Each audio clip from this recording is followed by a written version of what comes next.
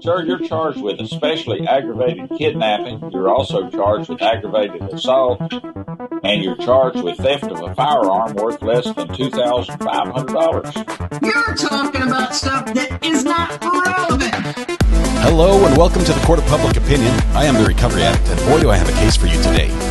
Why is the dog chewing on this guy? I think they have got the wrong guy there. Got the wrong guy, and the dog was biting him. He roughing him up quite a bit.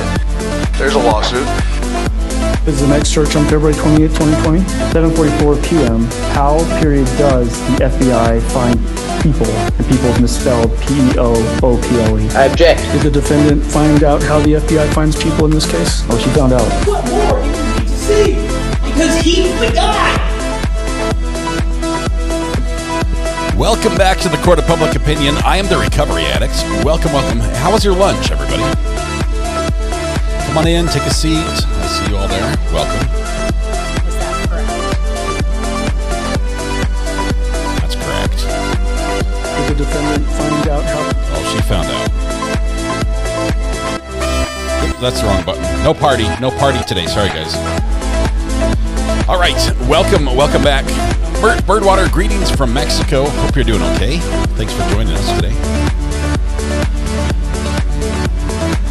A big, huge shout out to Kenny Peterson. Kenny, you are first in chat. First in chat has its privileges. Keep putting the slider down. It's the wrong slider, so the music's not getting quiet. Kenny, congratulations. The internet is all yours, my friend. We're going to send it to you to internet ownership, which means you get to fix the internet for everyone else. That's what it means. I apologize. I wish it was more. I wish there was some sort of prestige that came with this, but I will say that if you would like, you can go over to the shopping page on the YouTube channel, scroll over until you find the internet ownership certificate, which is pre-signed. Just fill in the blank. You get to fill in your name. It's pre-signed by myself and my boss, Mrs. R.A., and it's suitable once you fill in your name for framing, or you can also use it as a cover sheet on your CV. So, yes. What's that? Or burning, says Mrs. R.A. Why'd you go there? Low fee. The low fine of just 50 cents. It could be yours. Not a penny goes to me. It all goes to YouTube. I don't know why that works, but that's how it works. Kenny, congratulations. Good to have you here. We are about to go back to court. And by about to go back to court, I mean it looks like this right now. Boom. Beautiful state of Georgia seal. 1776. What happened in 1776, all you history buffs? Why is that year important in this country? Miss R.A. is chiding me just a little bit.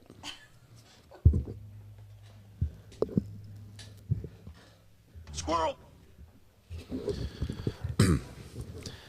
What happened in 1776, Mrs. R.A.? So bad. I feel like, okay. I don't know. The date just seems important for some reason. Right? It just sticks in your mouth, in your mind. There's got to be something about that. Maybe we should ask a king about it. What king should we ask about 1776? Payless says they made special quarters. Nailed it. First time. Yep. A little bit of a Declaration of Independence. Independence from the UK. Ari, will you give us a quick update? Yes, I will. There are people on my roof. They're hammering on it now. Is that what you're asking about? And throwing things off of it. Yes. It's pretty exciting. The things that are throwing off, they should not be up there anyway. They're broken shingles, birds' nests, squirrel nests, I don't know what else. Possibly a lot of my kids' toys. Several balls are up there. Yes. That's what's happening. No, in this case, I think is what you're talking about. Sorry, let me fix my microphone really quickly. Here's the update in the case. First of all, we have 42. 42 of what, you ask? Well, we have 42. That's not it. We have 42 of these. Verbal buffers from the judge. These are moments from the judge where he's thinking of what he's about to say next, and he's verbalizing something that is not what he's about to say next. And so we counted that. It's just for him. So we do turn that off during the stream when the judge is not talking.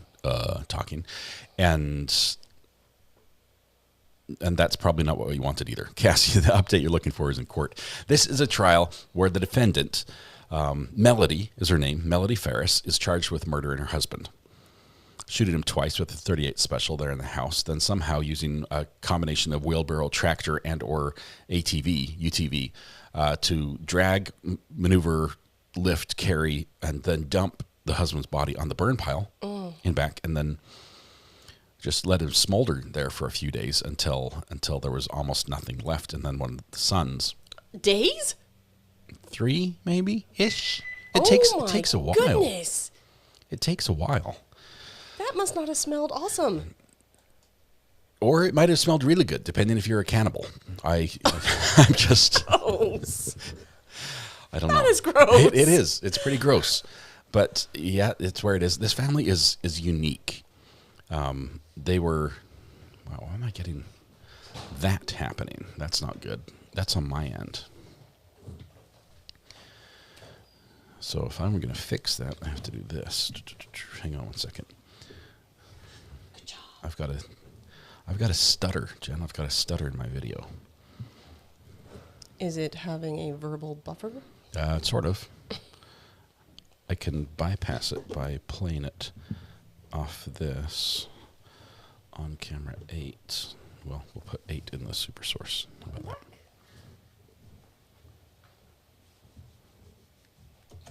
You can go make yourself some lunch. Let me see if that works.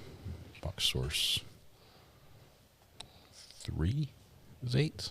Okay. See, that fixes it.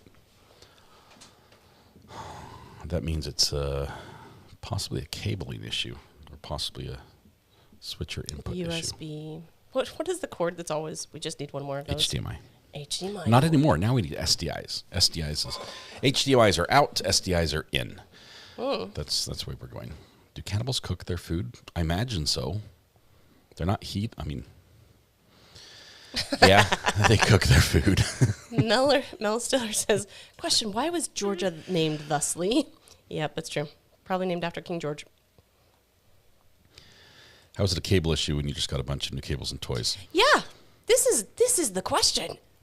The problem is it's this little device right here. This one that has the red light on. That red light means I'm recording. I'm recording to a hard drive that's way down under there. I've got a Blackmagic Design Cloud dock, about knee level, right down under here.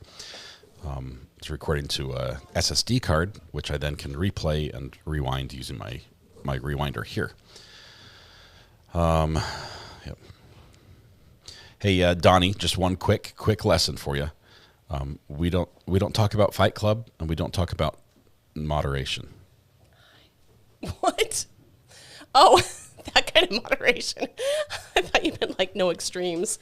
And I have to make something clear, Donnie, and I appreciate you bringing this up. This is a great time to do it. First of all, the mods all act under my direction, which is poor.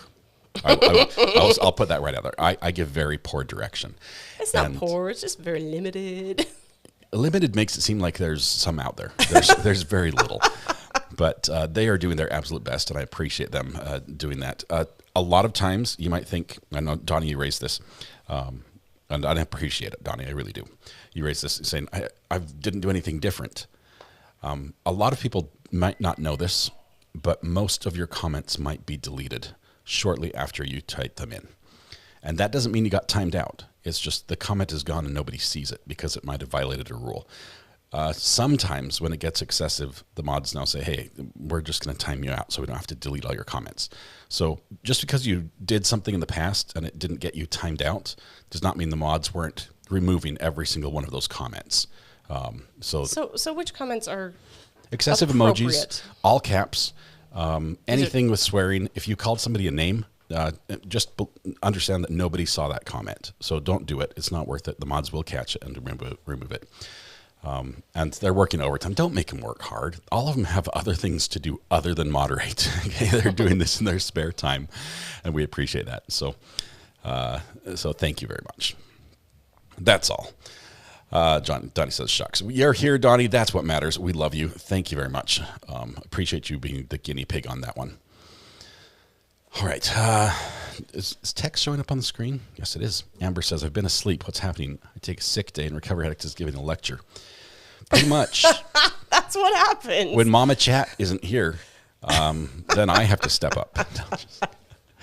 ETA until trial start, about 2 minutes, roughly, if they start on time. Did you tell them about the tech you were shopping for on break? Oh. I'm excited about this. This is like very few of his tech items do I get excited about, but this one I am. The purists out there in the ham radio world are going to not be a big fan. But let me just show you just really briefly.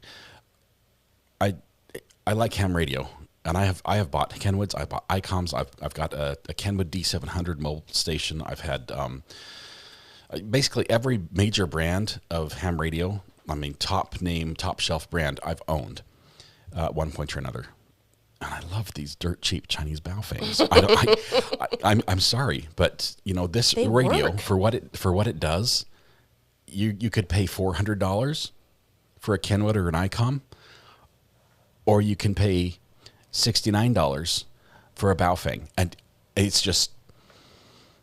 This is disposable price tech, and it works at a great level. Anyway, so this is not a police scanner. This is a ham radio, dual band VHF, UHF ham radio. They work when cell phones do not. Yeah. Not a sponsor. Not a sponsor. I don't think they could afford. You do to need a sponsor. ham radio license, which requires taking a test, like a multiple guess test.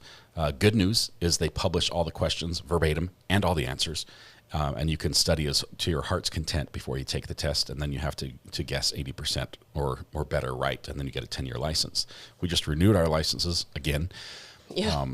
So that's it. But It's not hard to get ham certified. You do not have to learn. 8-year-olds can pass. Yeah. 8-year-olds can pass this test. It's I'm going a to little see bit if of our teens will do it Yeah. so that they can use these as part of, to keep in touch when the cell phones don't work. Yep. Because they don't work right When now. all else fails, that's the hobby for the hobby's mantra. When all else fails, ham radio still works, and that's the only communication they were able to get in and out of West Virginia for quite a while. They're running what's called a net back there, where they just radio information about road closures and bridges out and people who are safe and contact information. Do you It's mean been- West Virginia or do you mean West North Carolina? West North Carolina. Well, Western Virginia as well was part of that at the very top. I don't give out my call sign because it also gives out my address. It's a publicly available call sign, and I don't give out my address because I don't want y'all to visit here, if that's all right. Don't get me wrong. Don't get me wrong. We love our house. There's only room enough for us. That's it. One day we'll do a meet and greet. It will probably be on a beach somewhere. It will be beautiful. It will be wonderful. I'll bring my shabumi. We'll have fun. We'll all get burnt. It's great. But no meet and greet here. If that's you can appreciate that. Greener says, "Oops, turning my RV around." Sorry, it's 2 miles away, and now you tell me. Says Greeners. Donnie says, "My call sign is R2D2." Beep beep beep beep. Amber was the exception. Yes, that was an invitation. So, What is it called? Ham radio. It's ham. I don't know why they put the H on there, but it stands for amateur radio. I'm sorry, I have to cough, and I couldn't find out which mute button was mine because we have 2 mics. Oh, I just answered your question. On mute. Yep. Ham. No, I muted me, and you heard me cough on your mic because you were talking. I couldn't mute it. So. Oh. Anyway, we're going to start with court in a little bit. I am shopping right now on Amazon for the stuff I'm going to need when we get deployed to Western North Carolina, which we're waiting, like minute by minute. We're waiting for news as soon as they have room for us. By room for us, I'm talking a field we can park our car and set up a tent. That's all I need.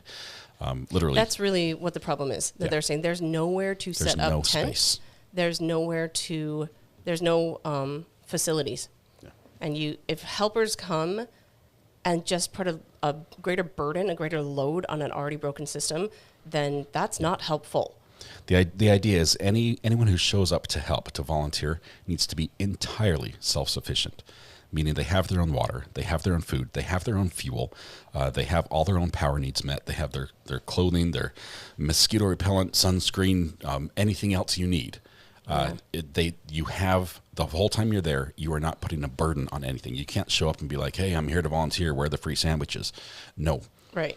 There's nothing. It's all on you. And then And then depending on, how you volunteer, who you volunteer with, that could be, you might be there handing cases of water to, people who are trucking them up into the mountains. You might be somebody who's, taking down names and taking a list of survivors and making a list of people who are missing. You might be somebody who's out there digging through the trees and the mud and looking into old cars to see if there was somebody that was trapped inside that didn't make it. It could be any one of those, or you could just, I don't want to be that last one. It's not fun, but.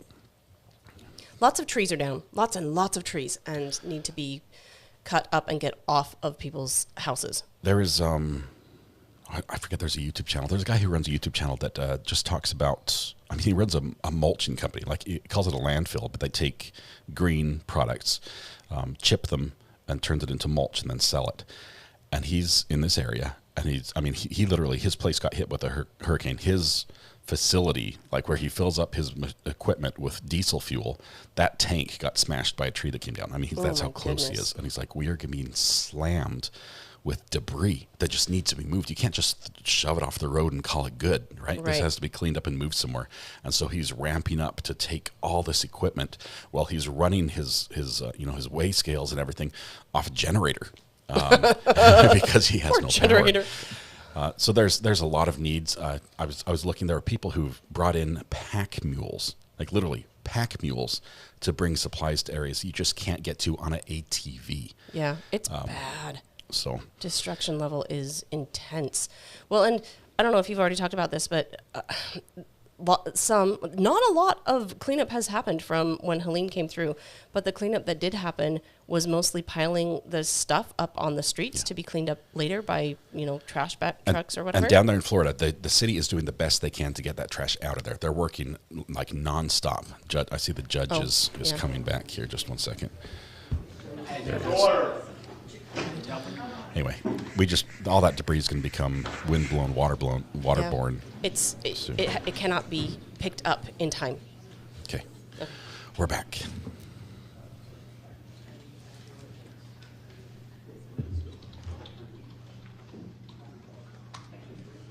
And we'll reach from here.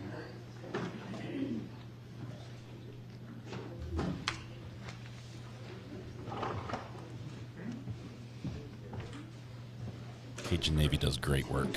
They're awesome, and they show up at all the disasters. They're so good.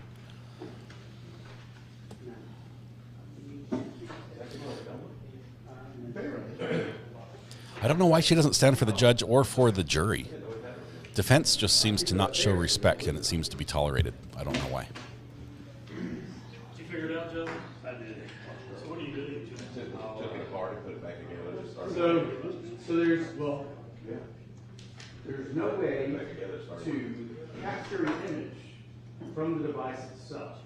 You must use the remote because there's zero chance for a device designed for a courtroom, a classroom, boardroom, you'll lose the remote. That's never going to happen. Judge is giving Elmo 101 lessons with the remote. He's saying you can't capture an image unless you have the remote. Here's the remote. We're going to lose it for sure. And it also needs a memory card.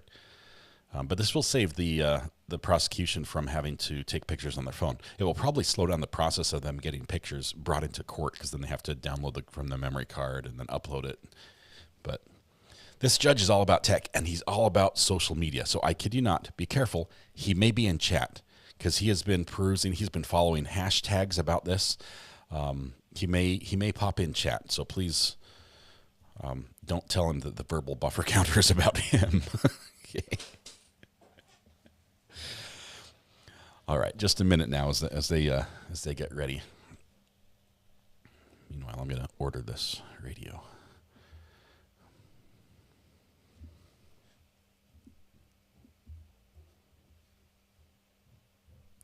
Where'd it go?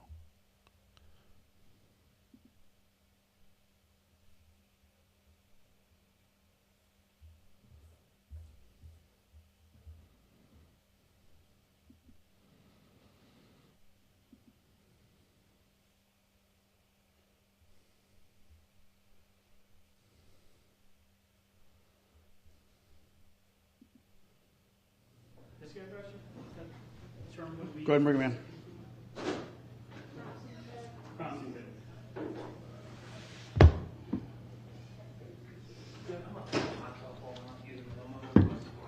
You can try to see if you can angle it so that angle it so it doesn't go in your eyes, and then see if that's better. But you can turn it off. I don't mind you turn it off. Just when we installed that,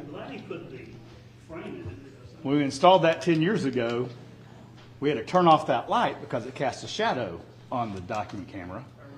And then maintenance came through one day and was like, that bulb's out. We're going to replace it. And they walked up and tightened it back up. And I'm like, yeah. Judge, you need a BB gun. That'll fix that problem.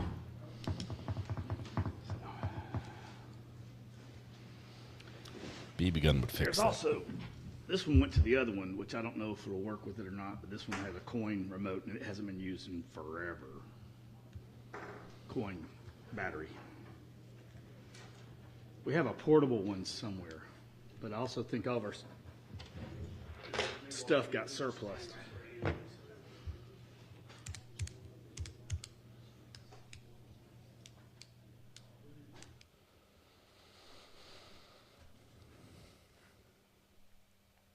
There's one time the judge was saying something and the defendant smiled and thought it was funny.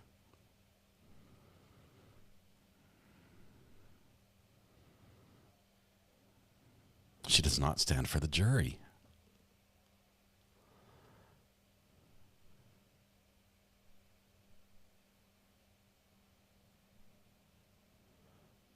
Keep thinking the lawyer's about to stand up, but instead he just sits there. There's a smile.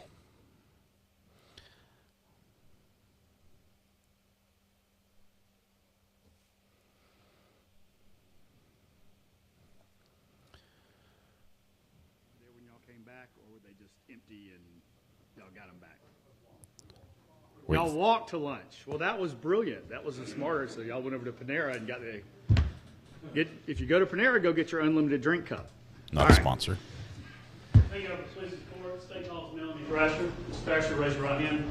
You solemnly swear affirm the evidence you about to present in this matter shall be the truth, the whole truth, and nothing but the truth. So help you God. I do. Go ahead and have a seat. State your name for the record. Melanie Thrasher. Spell it for us if you would, please. MELANIE-THRASHER.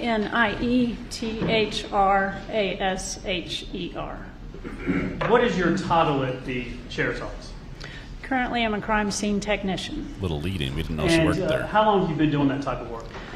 I was certified in 2018, and then I went, and it was extra duty. I was also the evidence supervisor, and then in 2022, I went full-time crime scene. All right, tell the jury if you would, kind of just give a little bit more information about how. Are you a post-certified officer? No, I'm not. So, kind of, did you come in from the civilian side and start working? Yes, I did. Just kind of give them a story of how you got into it, and then how your job progressed, and what you actually did. And this is a second career for me. In 2012, I joined the sheriff's office. I had pursued more education, and I received a paralegal certificate. At that time, I looked for a job and found the one at the sheriff's office. And I worked in evidence, like I said, from 2012 till 2022. In that time, around 2016, I became the supervisor, and then I got interested in crime scene through all the investigators coming into our office. So I pursued that, got the recommended required training to become a certified crime scene technician. What did you do before you came into law enforcement? My bachelor's is in horticulture. Okay. So my last job prior to the sheriff's office is I was the full-time gardener for someone who owned a 110-acre estate. What did you do and things like that at that place? From gardening? I was responsible for most of the grounds. She's perfect for I this did everything investigation. from mow grass, plant trees, cut down trees. I drove a tractor, Kubota tractor. She's perfect. I have She's a also shoo-in. a side-by-side, a chipper shredder, so I did a lot. Pretty much everything? Yes. Did you enjoy that type of work? I did. You ever dump a You body said with that you your were tractor? in evidence. Tell the jury what you mean by being in evidence. Where did you sit every day? What did you do? What was that job like? Okay. The evidence department for the sheriff's office is at the headquarters building. There's 3 individuals that work in the department. We receive the evidence, log it in as per code sections for the state of Georgia, follow all the rules of chain of custody, preserve the chain of custody, provide the evidence when needed for court, so things like that. When evidence is collected, as it is in this case, at some point it physically has to come into the sheriff's office. What is the procedure for evidence to come in, and where does it go, and how is it secured? Is it just like a big room, or tell the jury, kind of describe what the evidence process and location is? It's a large climate-controlled warehouse, generally speaking. We do have some exterior areas, but there are prescribed methods for storing anything that's got DNA or anything like that. It has to be climate-controlled. There are different areas where different types of evidence are stored: money, drugs, jewelry, guns, things like that. So. All the good stuff. Do you have things that you document when evidence comes in and it's logged in? Yes. We document who we received it from. The deputy will sign their name. At that time, it was to a paper document. Now it's all computerized. And then we mark where we store it, so it's always available. How particular is the sheriff's office on maintaining exact records and control of the evidence itself? It's vital. It's the most vital thing you can do. When I left, there were about 28,000 items in evidence. If you aren't careful and don't store it where you say, good luck finding it. So in this case, I think one of the things you did is at the scene, all the evidence was kind of brought to you, and y'all transport it back to the sheriff's office? At the time, yes. So that over the first day, it ran into the second day early in the morning. So at that time, anything that was collected, most things that were collected to that point, Rachel Eckert and I brought it back for storage. So if something was found by an officer, they would bring it to y'all. Y'all would make sure it was properly packaged or whatnot, and then bring it back to the sheriff's office and log it in and do that part.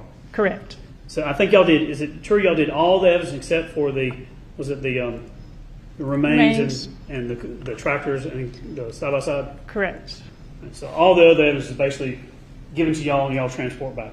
Yes. And then is the evidence as it was in this case? Was it sent to some of it sent to the GBI and tested? Yes. And then at times you would go pick things up and bring it back from the GBI, or they would bring it back. Correct. When you got out of working evidence or property, as sometimes it's referred to, what made you want to get into what I call the CSI aspect? I am a very curious person, so I like knowing how things work. I like helping solve problems. It was just very intriguing to me, all the various aspects of what goes into the investigation. I am also an avid photographer, and that's a big part of a crime scene. And you and I have had several cases together where you've testified. And would you classify yourself as a big talker or more of a quiet person? I think you can tell already I'm not a big talker. Kind of introverted? Yes. Thank you for your testimony. You do great. What do you have to do to qualify to be, first of all, what does it mean to be post-certified? I'm not post-certified, so I can't get that completely correct, but there's training, and then the Peace Officer Standards and Training Council. You don't have arrest powers, right? I do not. So a fully post-certified officer would have arrest powers? Yes. And you do not have that? You just work for the sheriff's office as a crime scene technician? I do. So you can't go put handcuffs on somebody and arrest them or anything like that? Oh, not at all. With your personality and your training, are you the one that goes and interviews people and do things like that? No, not at all. You stick to the property, the scene, the evidence? I like being behind the scenes. And what type of training have you had to do your job specifically related to crime scene reconstruction or crime scene investigations or crime scene processing crime scenes? The state of Georgia the post council is the one that has the standards, but they require it's 224 hours of training, such things as bloodstain pattern analysis. There's 3 different types of fingerprint classes, general crime scene investigation, photography. So those are the main ones. Additionally, in 2022, I'm going to fix that went image to issue. the National Forensic Academy in Tennessee, which was 400 more hours. Fingerprint classes, general crime scene investigation, photography. So those are the main ones. Additionally, in 2022, I went to the National Forensic Academy in Tennessee, which was 400 more hours. And 400? What'd you do there? Some of the similar classes, but expanded. I've also had 2 classes of shooting reconstruction. I've had a couple of anthropology classes of excavating bodies. Sounds fun. Some other minor courses. Do you find your job at times challenging or absolutely or complicated at times or rewarding? Yes. Now, these classes that you take, are they just kind of, if you're present, you pass, everybody gets a trophy type thing? No. Bloodstain pattern analysis and shooting reconstruction have a lot of science behind them as far as physics goes and things like that. So there is some technicalities to it that you definitely need to understand. So there are standards and things you have to live up to. Mm-hmm. Do you know Lieutenant Stewart? Yes. I'm not going to ask you about him under oath per se, but good guy. You work with him? Yes. Lieutenant Ballard? Yes. Let's see. I guess it was it Sergeant or Lieutenant Shaw at the time? Sergeant. And then I think you said also Rachel Eckert, who is now in Florida, used to work with you? Yes. And were y'all kind of working, you and Rachel at times, working together and doing stuff? Yes, we were. And then they would work together, y'all kind of floating between people at times? Yes. But you had certain responsibilities in this case, right? I did. I want to turn your attention now to July 5th, that Thursday, 2018. Do you remember about what time you got out at the scene? We're going to jump ahead a little bit. Approximately 3:20 p.m. Police patrol vehicle or anything like that? Is a crime scene at the unit time, truck? I did not. Yeah. There we go. Sorry, what is in this vehicle that you drove out there?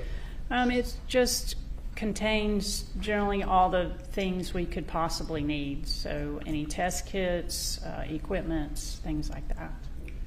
And when you got out to the scene, what do you remember seeing when you first got out there? It was a very bucolic setting. It was very pretty, reminiscent of where I used to work. Horses. I saw the barn across the field. Came up to the house, parked, very nicely landscaped. Were you surprised to be working a murder there? Yes. When you first arrived, what level or what stage were you at and what type of investigation was going on? There were quite a few personnel there, but Rachel and I were very new, so we were tagging along behind Lieutenant Ballard and Sergeant Shaw. So we followed them to the back of the house just to do a cursory preview, and the area had been cordoned off with tape.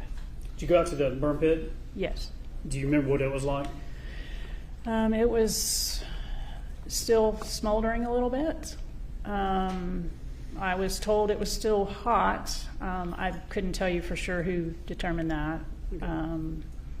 But it didn't appear to have much left that was unburned. Was the task for the crime scene technicians, was it broken up to certain kind of divide and conquer things at the scene? Yes. I think Lieutenant Stewart was doing like the barn and the tractor, and then other people were at the burn pile. I think Shaw was there. What were you tasked with doing? Once we determined that we were going to wait on the state anthropologist to come assist, I was tasked with photographing the exterior and interior of the residence, just taking overall photos. A couple of the things we're going to talk about. So you took outside photographs, is that right? Yes. And then at some point you went inside to help process, I think, kind of from the kitchen, the basement door to the steps. Yes. And then there's some, what I'm calling some blood trails or blood droppings down in the basement that you were, the stairs themselves and also in the basement floor. Correct. And then you help package everything and transport everything. And I believe, for the most part, I think you came back another day and would collect a bunch of cartridge cases and things like that. That was well after the time period. But I believe like almost a year later, a little over a year later, you came back and collected some firearms, ammunition, and other things there. Yes.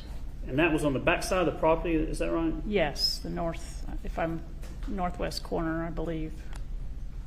Now, did you have, I've got, you know how we're marking the evidence is going to be your last name by number and going through. Did you have an opportunity to meet with me a couple times and look at all your photographs? Yes. And all the photographs that we went over, including photographs, and we'll talk about that, were not at the time of the scene, but shows how the house, the furniture in the house, and then sometimes some photographs without furniture in it. In other words, things that were online that showed how the house looked with furniture and without furniture. Yes. So Thrasher 1 through 288, did you have an opportunity, are all those fair and accurate photographs as you know it to be in this case? Yes. So this time I'm going to tend to evidence Thrasher 1 through Thrasher 288. All right, any objections? All right, they're admitted. It's the most I've ever seen admitted in its whole binder at one time. You can either look at these or they're admitted. On the screen too, so I'll put them over there in case you want to look at it. Hopefully, you can see on the screen.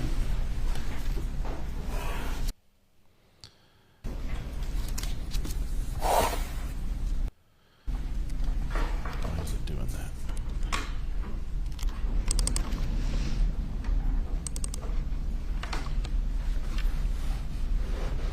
What I plan to do is kind of walk through the evidence, but arrange it in such a way that we can kind of talk about it as we go. But this is Thrasher 1. Tell us what we're seeing here.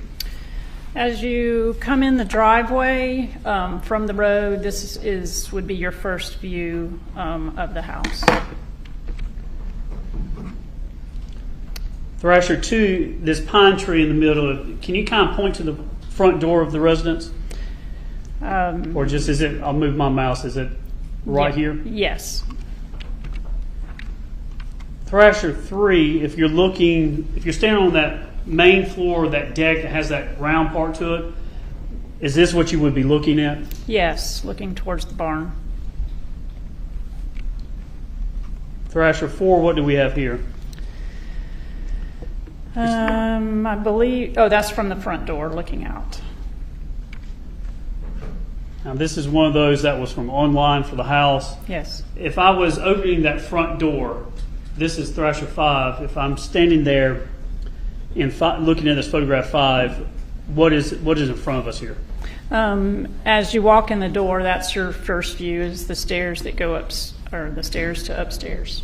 If I was standing there and I took a step to the right, what am I going to see? The kitchen. And if I took a step to the left, what would I see? There's a short hallway to a guest bath, and then there's a mud room and a laundry room. And then those doors right there, halfway down that wall, what is that area there? It was at the time sort of a library room. And if I walked down that hallway to the back of the house, would I go to the master bedroom? Yes.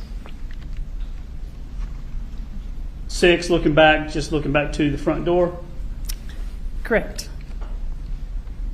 7, just looking at an angle going towards the kitchen where a kitchen table is going to be. Is that right? Yes. Yes. Thank you. Look at my briefs. 16 months. 8, what's this here? Looking back from the front wall of the house towards the kitchen and then into a family room type area past the kitchen. If I was standing in this photograph, as it appears, and I would walk left, would I be walking to the front door? Yes. Now, there's a fireplace on that far wall down there, is that right? Yes. Now, going to that fireplace is standing, is this the view you would see in 9, looking back? Correct.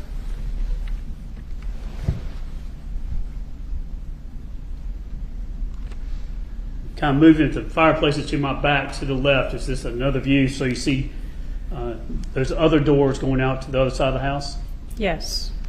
Now, I'm not sure technically if you drive up the driveway and go through. If you could drive through the garage, that's kind of, to me, is kind of north. So you got the east side, which is the pond on, and the west side. But both sides of this house had a deck. Is that right? Yes. One over the pond is round. The other one's not. Correct. All right. Looking at 11, where we're standing here, I walk down this hallway with the library or study room be on my right. Yes. And then what's the door here to the left that's open? Where's that lead to? That goes down to the basement. Where this is at, I have the mouse, the hand. Did you find what you believe to be blood or blood droppings? Yes, on the just closest to where the landing ends before you go downstairs. And I believe they're about 12 steps down. There's a landing, you turn right, then 4 steps down. Is that right? Yes. Tell the jury what you found, what type of blood evidence or evidence you found on those steps. It appeared to be blood that possibly was attempted to be, or someone tried to clean it up, possibly. It was very dilute looking. And then once you got on the floor down below, is this the basement where there's a bar? Yes. Now, if I walked out the steps and stood off the steps, the bar's in front of you? Yes. And then kind of to the right is the living room area? Yes. This is Thrasher 13. I'm standing what I call those the American doors. They kind of just slide like this. Yes. You know, I call them the American doors. If you slide, I'm standing in front of those doors looking back to the steps. Is the steps right here where this pointer is? Correct. And then this hallway, if you went down that, would that have been Gary's bedroom? Correct. And if you came down this hallway, it would lead to his office. And the media room. Movie room. Yes. Now standing, number 14, if I'm standing kind of at the steps, this is the area here that we're going to be talking about? Yes. It had a couch and chair. Now this is from the internet for the house, but this is Thrasher 15. At the bottom of this photograph, what is here that I've got the pointer on? The garage.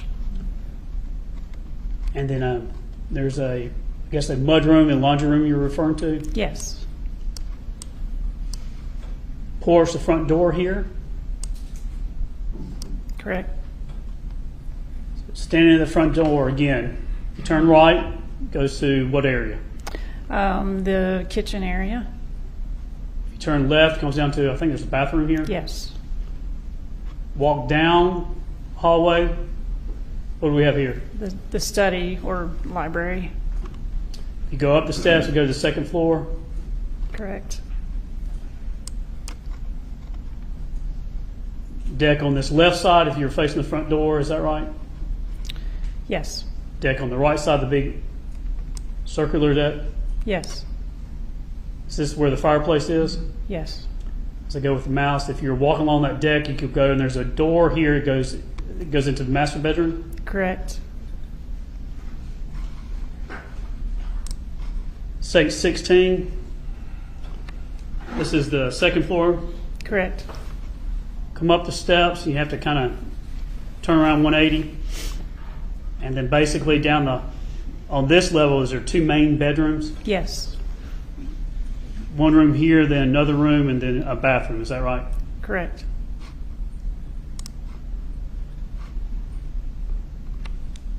Thrasher 17, when we're looking at the floor plans of the basement.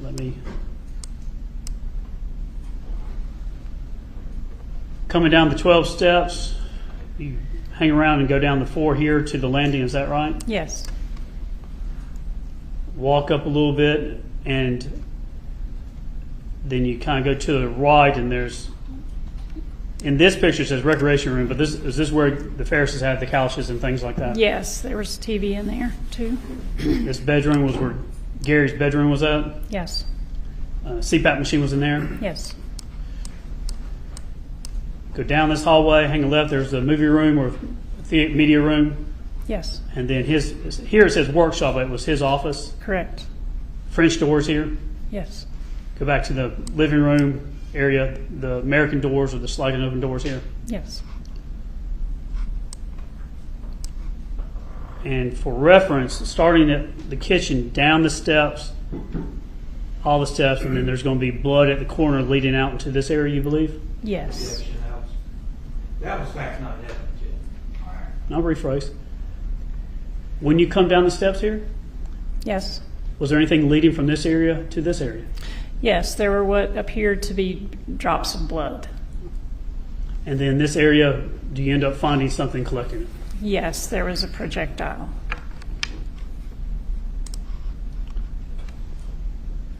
$18, is that just a picture of the house? Correct. 19, another picture. Yes. 20, front door. Yes. 21, garage. Yes. 22, front door again. Yes. 23, showing the porch going around to the master bedroom. Yes. 24, a view looking at the pond. Correct. 25, looking back to the barn. Yes. 26, this is looking back towards the house from over the pond, is that right?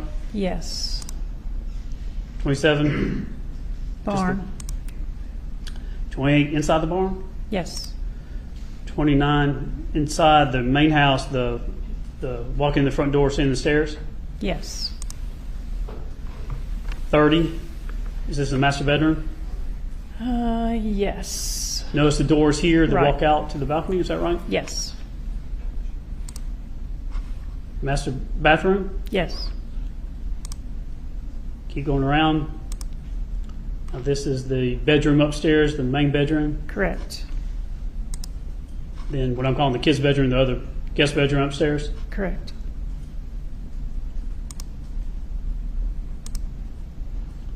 Bathroom. 37, library. Yes. 38, I guess the dining room. Yes. 39, the other dining room. 40, the other deck. Correct. 41, 42, the kitchen. Yes. Going back down to the basement. And was this, these are pictures that were online, but was this how the house was mainly furnished when you were there? Yes, generally speaking. Now, Thrasher 47, we're getting into photographs that you took on July 5th, 2018, is that right? Correct. Tell the jury what we're seeing here. So this is when you're at the scene. Do you do this first or do you do other stuff first? Typically we do a brief walkthrough just to get, information from whomever was first responders is what typically happens. So we had walked around the back first, and then I came back and started photographing once tasked to do that. This is the first one, I think, in your series. 47. Yes. 48. 49. And what do we have down here? What type of livestock can you tell? I think it's goats. Goats, looks like. I don't recall the goats from the time period, but they made it in my picture. So. All right. 50. What is this? The front door, leading to the front door. 51. You're going to be walking, I guess, around the inside Right. of the house. 52. 53. 54. 55. 6. 7. 58. Now to the other side. Yes. 59. 60. Picture of, what's 61? They had a chicken coop. It had storage too, I believe.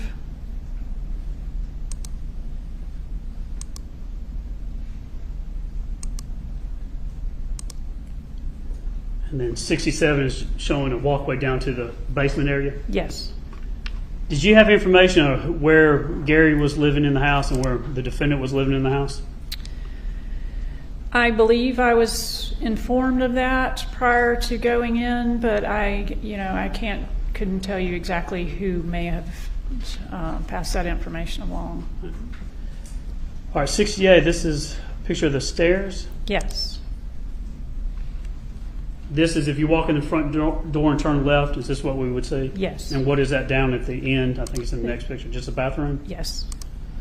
Now, if you're standing at the front door and you turn right, is this the view that we see in 71? Yes. Now, go and stand where you're at in 71 and kind of look to the kitchen. Is this how the house appeared? This is the state of the house when you came on July 5th? Correct.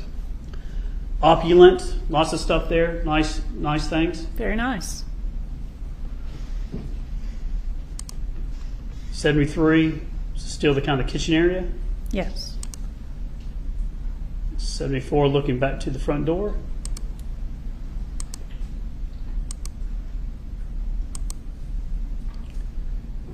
Uh, 78, I noticed you got a dog in the picture there. I did. Yeah. 79.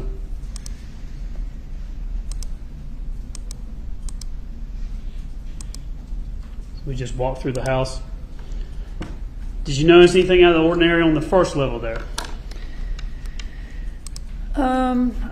Just the blood droplet at the top of the stairs.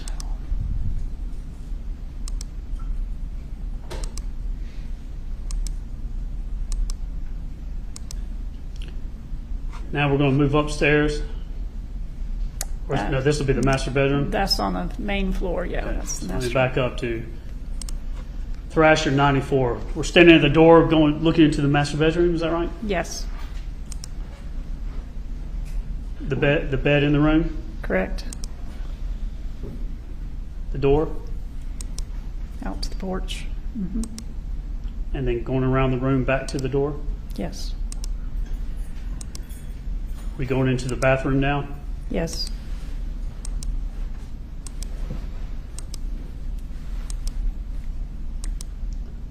Now 108, are we on the back deck? Yes. 111, this is outside of the master bedroom. Yes. Yes. It's upstairs. Beginning of 115, we're going into, what room is this we're going to be looking at? That's sort of a mud room. The door there leads into the garage, and then to the right is where the laundry room was. So 115, that's the garage door. Yes. If I step down off this step here and turn right, this is the washroom. Yes. And is this the state that you found things when you took photographs? Yes. Including what was inside that? Correct.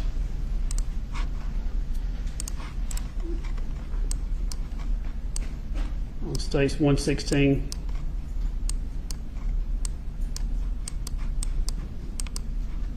The towels or whatnot in there.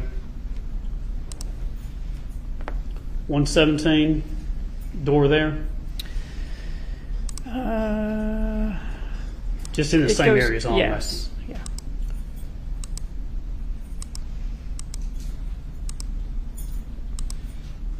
Then states 125, where are we at now? We're In the dark. garage. Do you know this vehicle to be any of the people involved? I think I was told it may have been Ms. Ferris's vehicle. I'm not sure. As we go through that, just a Do you see how far forward the seat was in that car? photograph of 130. What's this a photograph of? Wells Fargo receipt. Looks like from an ATM.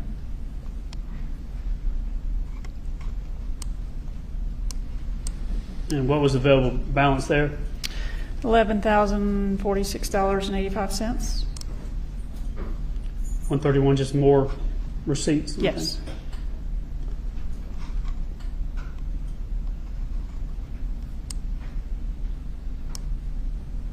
Looks like this is a receipt from Scottsdale Farm Inc. It's a nursery. All right, now these 133, we're going to head upstairs. Is that what you were doing? Yes.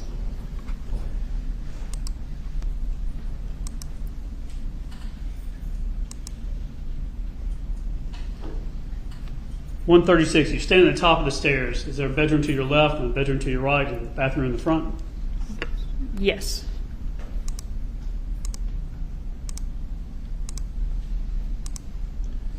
141, did you learn that there were some grandkids basically staying over? I did. So we're going to be walking what I'm calling the kids' room. Right. There was, 3 beds in this room? Yes. This would have been on the right, I believe, and then the 2 on the left. Correct. Then in this room, looking at 145, I'm just calling it Amanda room because there's a picture of Amanda on the side here as reference. It was a big zoom. And then now going downstairs to the basement, this is 151. What do we have here? That's the movie room, theater room.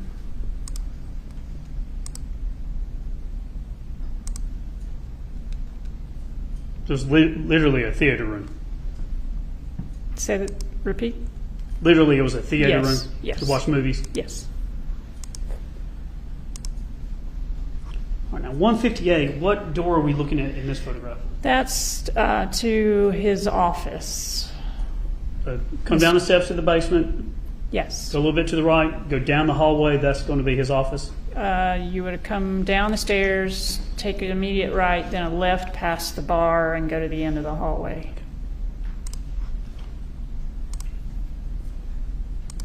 You took photographs just of the office, how it was. Yes. And this was, what date were you doing this? It was July 5th.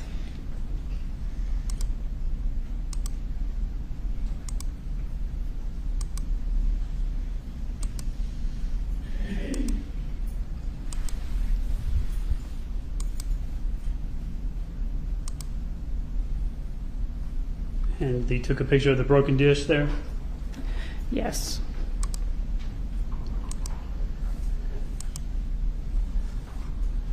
$177 standing at the office looking back down the hallway towards the living room, if you would, in the Yes. bar. Down this hallway, what's going to be down here? On the far end would have been his bedroom.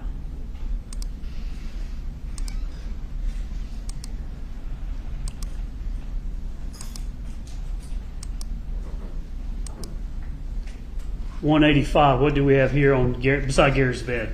It's a CPAP machine.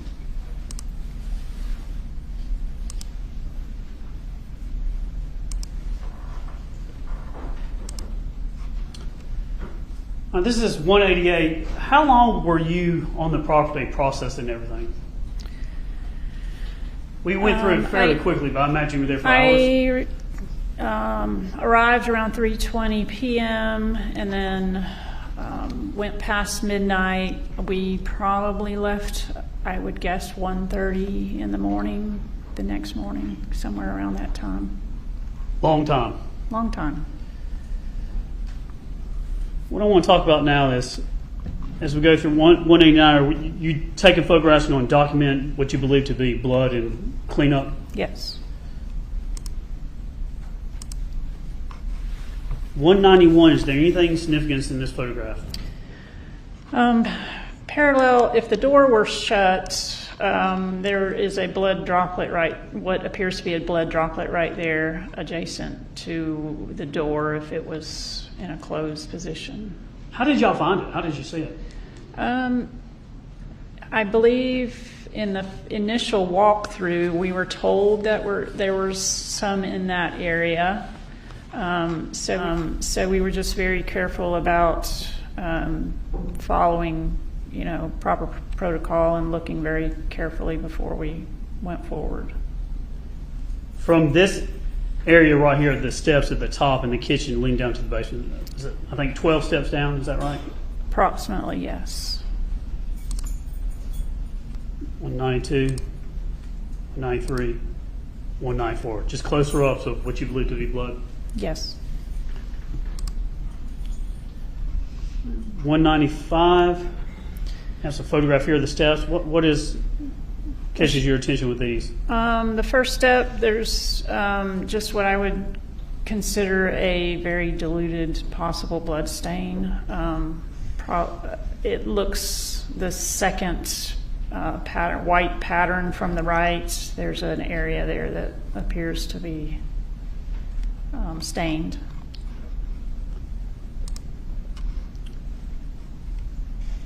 All right, so 196. What are these spots here? Those were darker. We were not sure as to what that was, but anything we would note anything that possibly could be blood stains.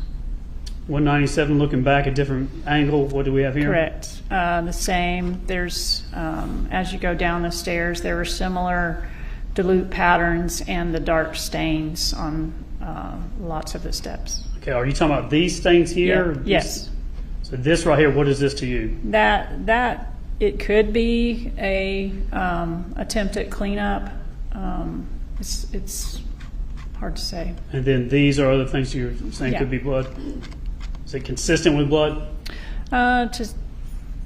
Yes. I mean, it's a little bit darker than I would think, but you can't know without possibly testing. As we go on down, you're taking closer photographs of these droppings, is that right? Yes, you get one shot at a crime scene, so you photograph everything you can. All right, 205, what is this pattern here? Similar stains, but darker. Now, how would you think that was consistent with blood being cleaned up?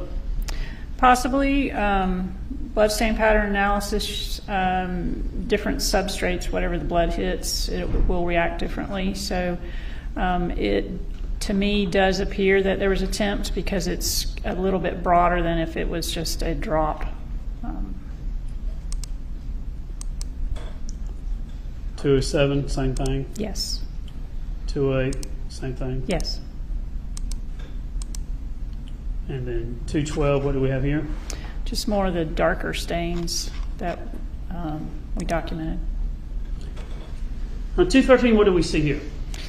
If I'm standing at the bottom of the step, I am looking towards the bar, and to the right corner where the trim ends on the floor, there, I believe there was a stain there. Yes. This is 214, we're talking about right here? Yes.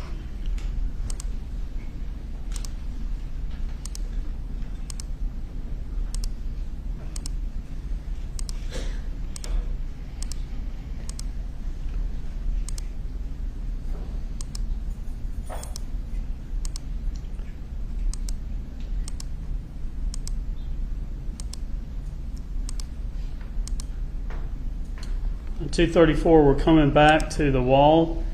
Yes. And it's going to be a little hard to see here, but what are you picking up here?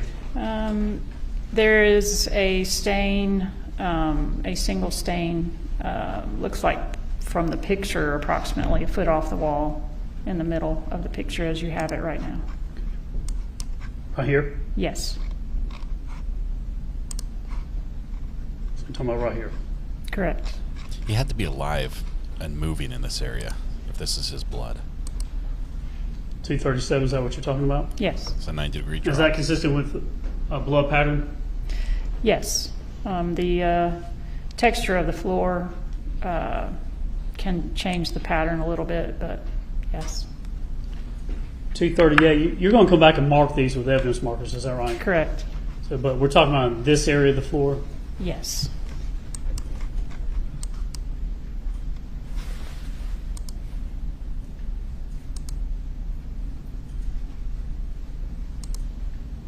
So as we get closer to 241, is this what drew your attention? Yes. Now 242, we're here at, what is this thing here in the middle? It's a floor lamp. And what's behind it? That would have been a chair. And looking down at beside the floor, what did you take a photograph of? Just the blood stain adjacent to the floor lamp. And then 244, another picture? Yes. All right. Thrasher 245, tell the jury why it's systematic, it's tedious, Yes. We've talked about that, the jury knows what's going on, but you take, I guess, bare photographs and you come back and mark them, is that what you do? Yes. And why do you do that? You want to show the scene as you found it. So before you alter it at all, you take photographs initially. And then we will go back and mark items of evidence as we find them. Here we got Thrasher 245, this photograph. Tell us, kind of for the record, from the light itself, where that in front of the ottoman with the marker 1, walk us through the numbering and where it's going to in the photograph. Okay.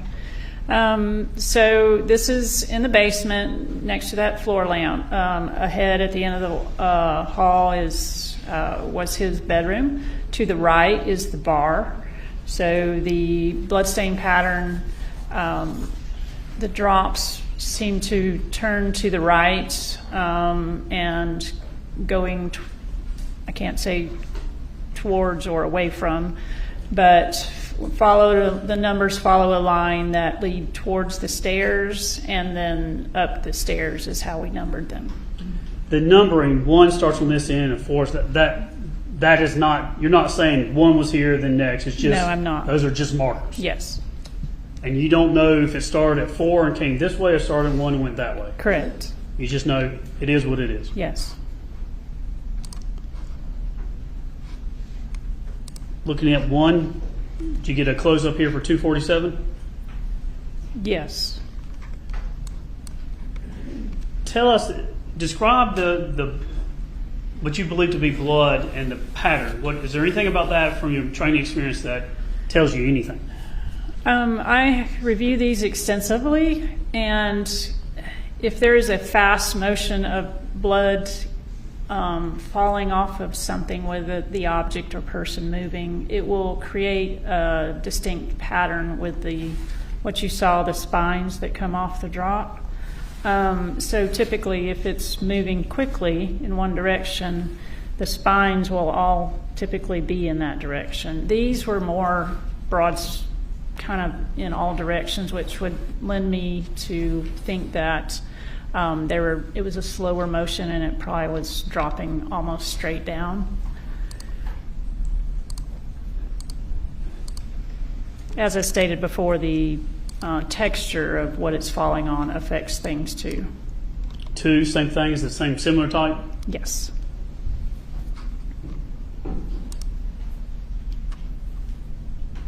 This is 254. What do we see with this evidence marker 2? Evidence marker 1, now evidence marker 2. Ian? It's just multiple smaller drops.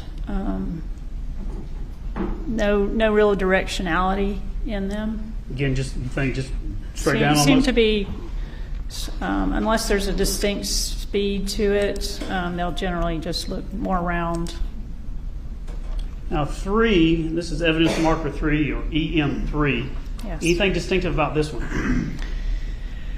It's huge. I've looked at that one, and it, as far as a height goes, that can make a difference. The higher or the more blood volume, it can cause a bigger drop. So the spine's extended further out. Anything about it being bigger than the other ones? In the size relation? Yes, so possibly more volume. And then 4 by the corner there? Right. Similar. It was a little bit bigger drop as well. There's a void in it.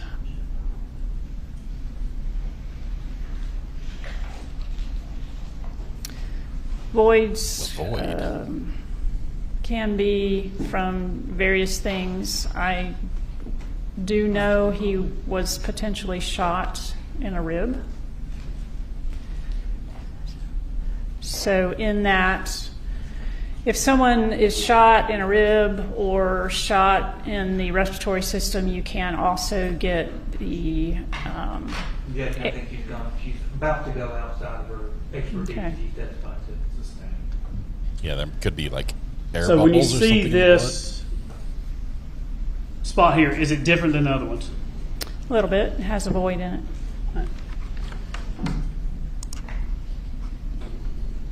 And it is located closest to the steps, is that right? That one was, I believe, at the other corner, the one near the hallway that went down to his bedroom. Right, let me back up and see.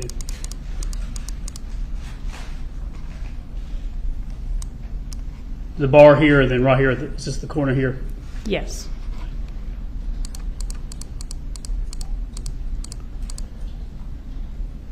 All right, 260, we've got some markers here back on the steps, just showing things you saw on the steps that you thought could be consistent with blood? Correct.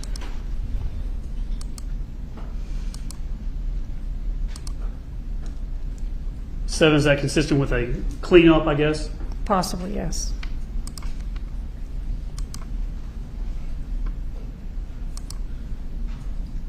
And then spots 8 and 9 up the steps. Yes.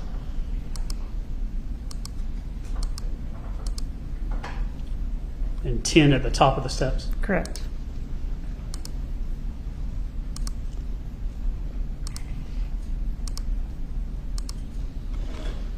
I'm beginning at Thrasher 279. Drawing attention now to this ottoman. Did law enforcement, was it pointed out to you that something was on the floor? Yes, one of the detectives had come in, and while we were, Lieutenant Ballard and I were attending to the blood drops, they started looking through the room for he was looking for a possible projectile, and it was found there adjacent to the ottoman.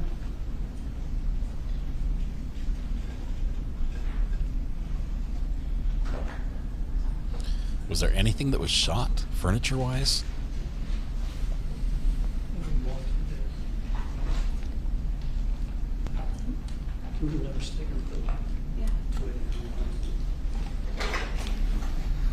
So do you want 289? Did you collect that projectile? Yes. As it states, Thrasher 289, we just look at that, any gloves or anything? Or want some gloves? If you have some, if not.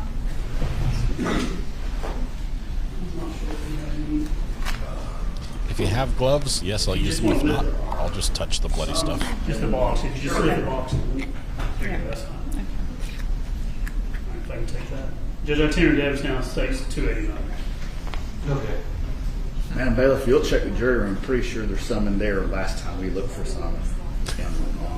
Either on the counter or underneath the Look on top of my fridge in my chambers. Judge, is there a way to switch over? Scissors, I've got it. I just want to go to the yes. L. Tell me what you want to do. All right, just go to L.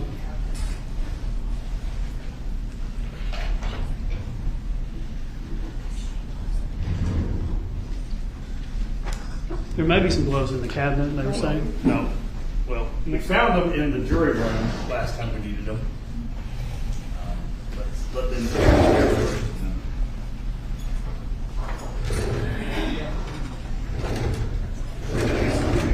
Okay. I'll tell you, all I want you to do is if you take your gloves, I'm going to hand it to you. If you can just lay it out flat, like just in the center for me, and then I'll put it on.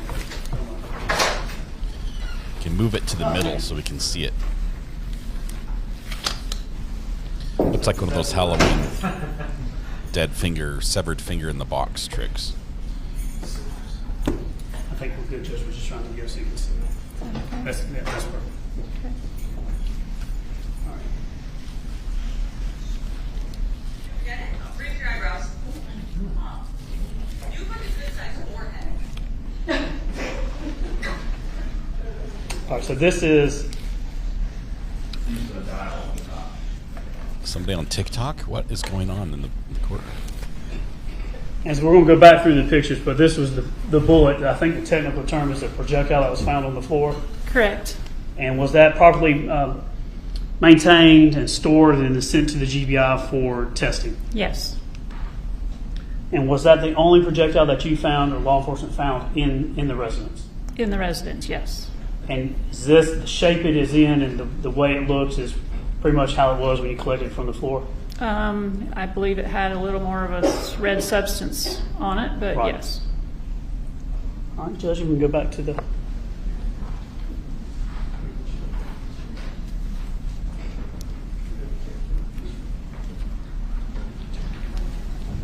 What's that? Yeah. Turn it off. I've seen possible motive, but as far as 279. evidence, I haven't seen evidence. Right here where I have the mouse, the cursor, is that the projectile? Yes. 280 a closer view. Yes. 281 even closer. Yes. 282. Getting Yes. closer. 283.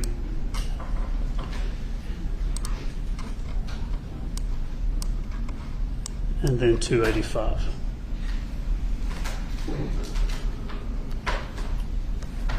Now, in relation to where the blood from the steps to where the projectile, was it kind of like a straight angle?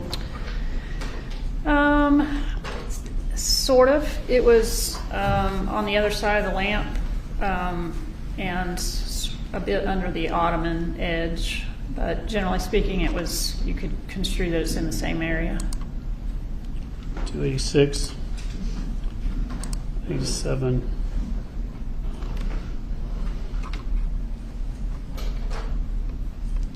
Just another view of it.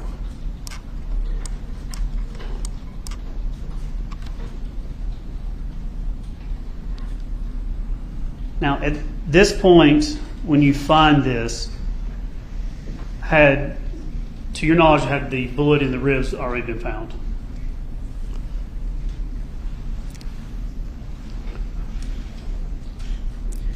I would have to know. I don't believe so, but I can't remember the time frame. If I knew the metadata and the timestamp, I might could give you a better idea. But you were not involved with the outside part, just the inside? I did assist with raking some around the burn pile.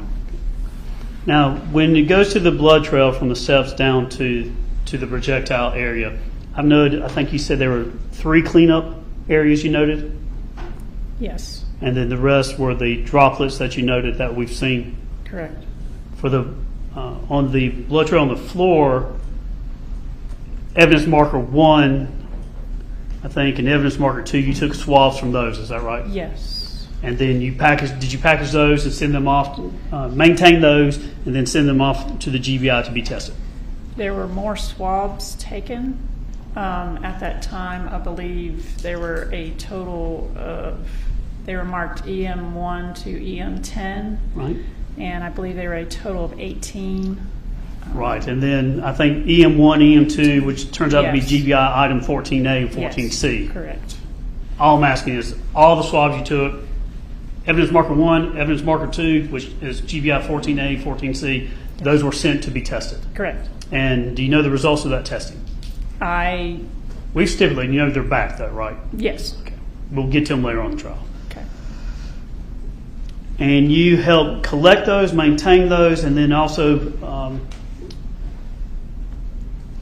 I think you help baggage and transport everything as we talked about, and that's pretty much what you did on that day, is that right? Correct.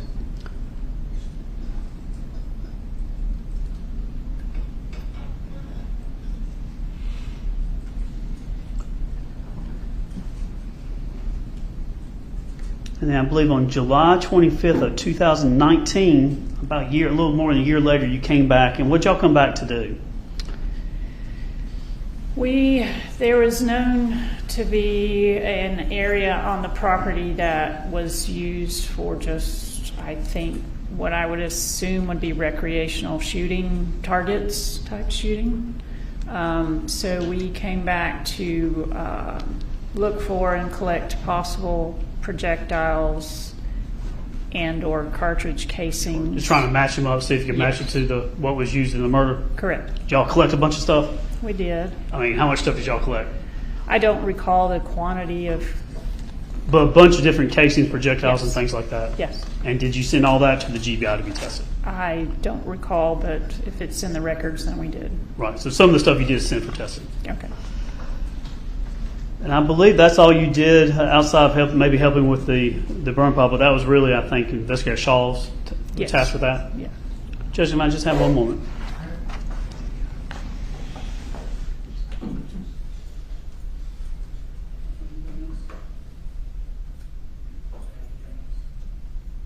Judge, nothing else this time. All right. We made it through all those pictures. Now for cross. Good afternoon, Mr. Asher. My name is Michael Ray. I represent Ms. Ferris. I'm going to go ahead and bring these up to you. You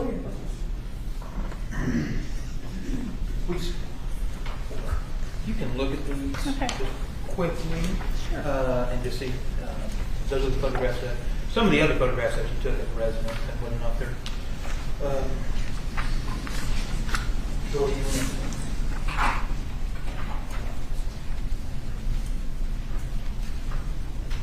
Apparently, the state did not show all the photographs she took, contrary to popular belief. There are more. Defense now introducing some additional ones. Appear to be. Okay. And those are fair and accurate representations of the photographs you took? Correct. Okay. So at this point in time, we can move to tender and Thrasher defense 1 through 11. All right. Any objections? No judge. All right. Ready to move? While I'm doing this, what's your title? Is it like investigator? Crime scene technician. That's a lot. I'll just call you Miss Thrasher. How about that? Okay. With this house, it's a fairly extravagant house, right? It's fairly what house? Extravagant. The furnishings on the inside. Yeah. I mean, it's expensive. Sure. Okay. Trying to figure out which one's mine. There we go. I don't think she's shackled because she got up and moved on her own without a bailiff helping her. That stuff in just a second. She got up and walked away. I believe she's out on bond. Honestly, I believe this. First thing is, because you had testified on direct that you were relatively new back in July 5th, 2018, correct? Absolutely. And how long had you been on the job at that point? I missed that. I don't recall when I finished my last class, but I had probably only been to a handful of scenes prior to that one. Okay, so only a handful. How much time do you think you had actually in the field being a crime scene tech when you arrived at Purcell? We did a 40-hour kind of practical type thing before we were signed off, but including that, I would say 70 hours.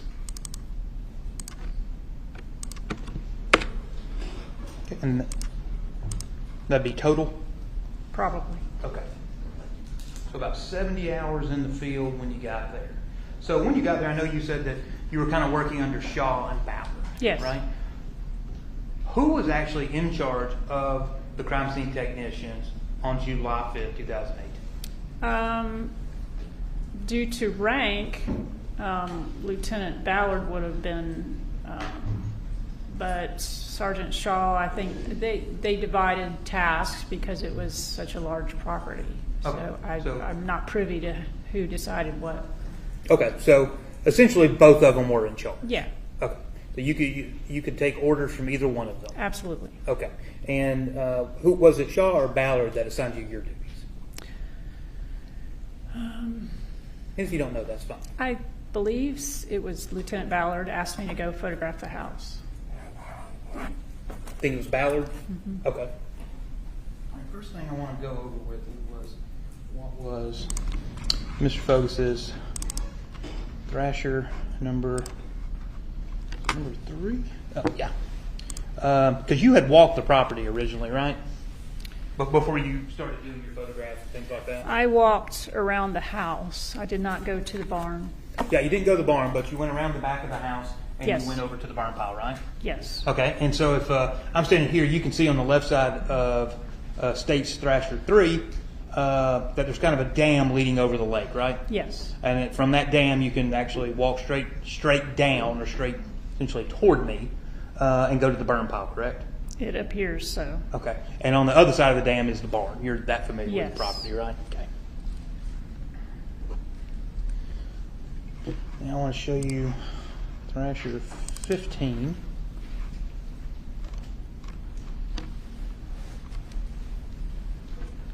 Okay, so the blood drop at the top of the stairs that you talked about. Yes. I've kind of got my, well, it would be a cursor, but now it's a hand. Sure. So it's somewhere around where the hand is clicking, right? Yes. We can hear it. And that is that solitary single drop, right? Correct. Okay. Did you actually swab that drop? I can't tell you for sure. I don't, from the way I remember the evidence being marked, we use the evidence markers and on the property or the evidence items. What? So Did you to swap? my knowledge, I can't say yes or no, but me in particular, no, I would say. If it was, I don't know if it was ever swapped. Okay. You definitely didn't do it. No. Okay. And do you recall, because I've learned through this case that, and if you're not familiar with it, just say I'm not familiar with that. They've got these, I guess they look like little pregnancy tests, and they kind of come up with lines or a plus, and they can use them for preliminary blood testing. Blue Star OBTI. Okay. Did you do that on that solitary drop at the No. downstairs? Okay. Congratulations, it's And a you Blue didn't Star. do, since you mentioned it, you didn't do any Blue Star testing in the house at all? I did not. Okay. Now let me.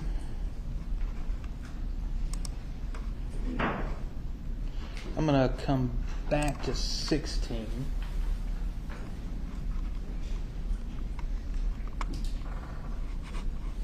Honey, I've got good news. It's not blood, and it's twins. Amanda had the pregnancy test reference So on is the bingo the card. 46 the basement photo that you took? That Yes. that photo in particular is not. It's not your photo. It's not my photo. That is that a photo from one of the Zillow photos, maybe? It's It Zillow. possibly is. Okay, so you didn't take this photo. I did not. Okay. Looks staged. It looks similar to some of your photos, correct? Okay. Yes. Such as the ottoman, the blanket on the ottoman, the little blue table thing here. Yes. All of that is in some of your photographs too. Yes. Correct? Okay.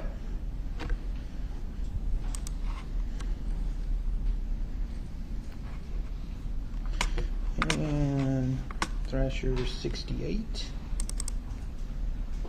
Okay. This is leading upstairs. Correct. Okay. Whose stuff is this? I do not This know. here at the bottom. That was a picture. That's my task, is taking pictures of the scene as I found it when I walked in. Okay. So you don't know, this ain't yours. That's not mine. Okay. You don't know what it is. No. Okay. Water bottle. Now Air you would freshener. also see your number 130. You had taken photos of Melody's car, right? Yes. The Toyota. Did you also take any photos of Gary's car? That was the only car I took photos of. Okay. Do you know if any of the other techs took photographs of Gary's car? I do not recall. I don't know. Okay. If you don't know, that's perfectly fine. See how far that seat is? Now. It's like snug right to the steering Number wheel. 194. I think. The tractor would have to be adjusted similarly for her to drive that, and it So was that's not. the blood drop at the top of the stairs. Yes. Correct? Okay. And this is also the top of the stairs, and this will be Thrasher 195. Okay. So, and I'll just look all of the stairs. You didn't take any swabbings or anything from any of the suspected blood drops on the stairs. I did not. You didn't.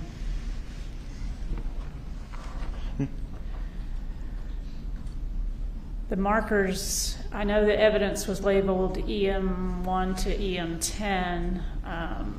I'll get to that when we get down Okay. the stairs. But at least, let's just say that first set of 12 steps that go down to the landing. Right. Right.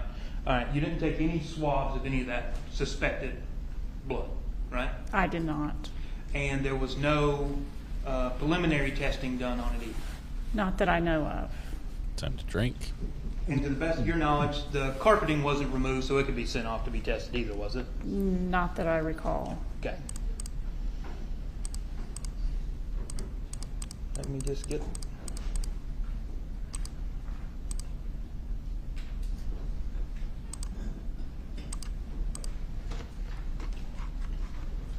One thing here you can see in this photograph, and this is 213. See how the floor, how on this side, and And over here, that one could be shadow, but it looks like the floor is kind of dusty. Possibly. I mean, there is debris on the floor, and they have a dog. Okay.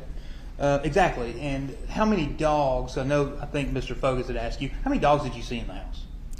I saw one. Just one? Okay. Mm-hmm.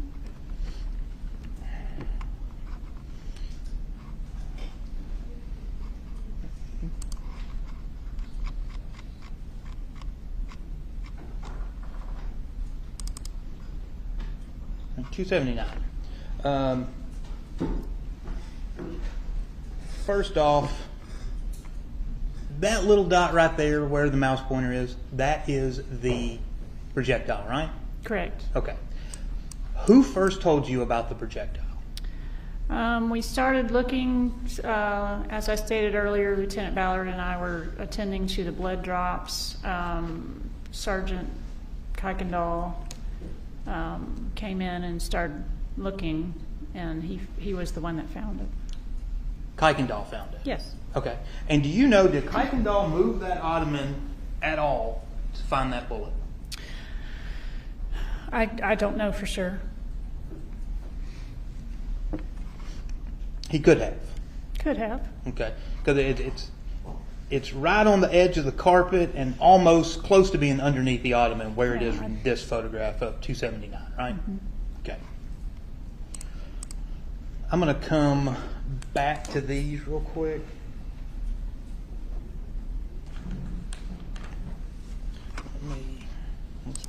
Back. I'm going to come back to the bullet in just a minute. Now, so even though I know your main task was just taking photographs, right? Correct. Okay. All right, and documenting everything. Did you see any blood on this chair on the right hand of Stage 279? I don't recall seeing any. Okay. But if you would have documented it, right?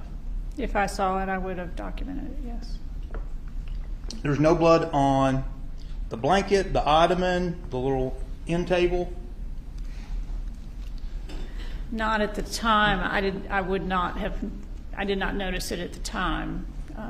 The scene was held for 3 more days, and I did not go back out, so I don't know if anybody re-examined that after the fact. Okay, I'm just talking about what you did. Okay. So you didn't see anything. Mm-hmm. Okay, and the rug, the coffee table, no blood found there. Not. Okay. No. And if let me zoom in here.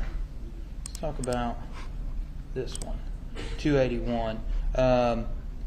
You don't see any blood in this photograph, correct? I did not at the time. But you can also still see the debris and stuff on the floor. Yes. Okay. You also don't notice any, I'm trying to think of the way to phrase it. There's no impact marks, right? There's no hole for the bullet, right? At that time, we had not noticed any. Okay. So I don't know what was searched after. Okay. So nothing but in the room at least was in this shot. photograph, there's no impact, like there's no skid marks or anything from a bullet. Not there's no in that hole area. or anything in the floor. Not in that area. Did you find any bullet holes in the basement? In the time I was there, I did not. Okay. And while I've got it, because the way that it was kind of done, see the red tip on the projectile? Yes. Now, how familiar are you with projectiles? I mean, there's so many different types of ammunition and rounds. I'm not going to ask you about that. Okay. That red, where the little hand is, Yes. That's not like tissue or blood or anything, No. right? It's actually a red polymer, correct? Right. Okay. It's actually part of the bullet. Yes. Okay.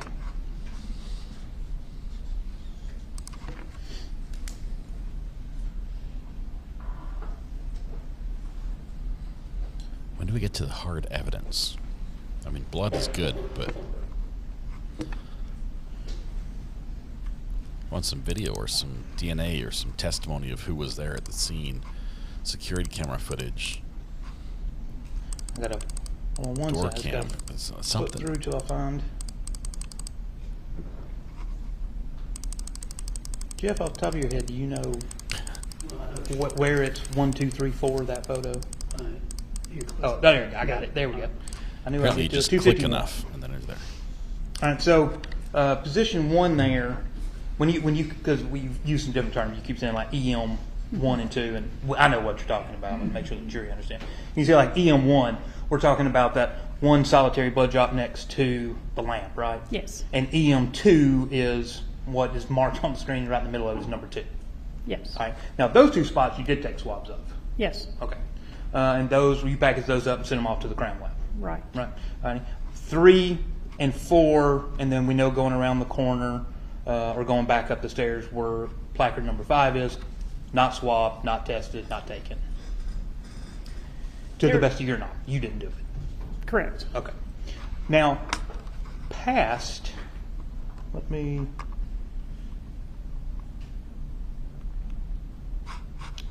number 1 here, if we go, actually, let me do it this way. That down.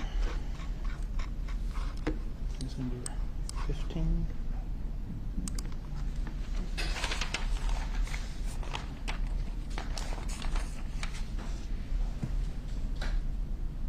Yeah, number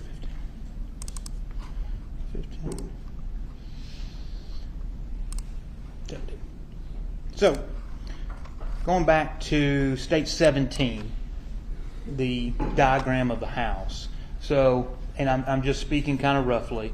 So around here, kind of in the middle to the right, where the little hand is, that is where that number 1 blood drop was found next to the lamp, right? Yes, a little bit forward of where you have it, but yeah, generally. In this just general area. Yes. You didn't find any more blood leading to.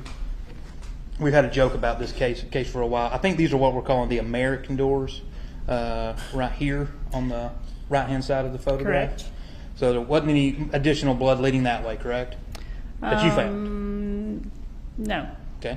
There wasn't any blood leading back to the workshop, which is where Gary's office was? Not that we found, no. Okay. And there was no blood leading down the hallway toward Gary's bedroom? Not that Correct. we found. And then, yet again, the suspected blood that you testified about regarding the stairs was never tested? Not to my knowledge. Okay. And the blood at the top of the stairs, you don't recall if it was swabbed or not? I do not. Okay.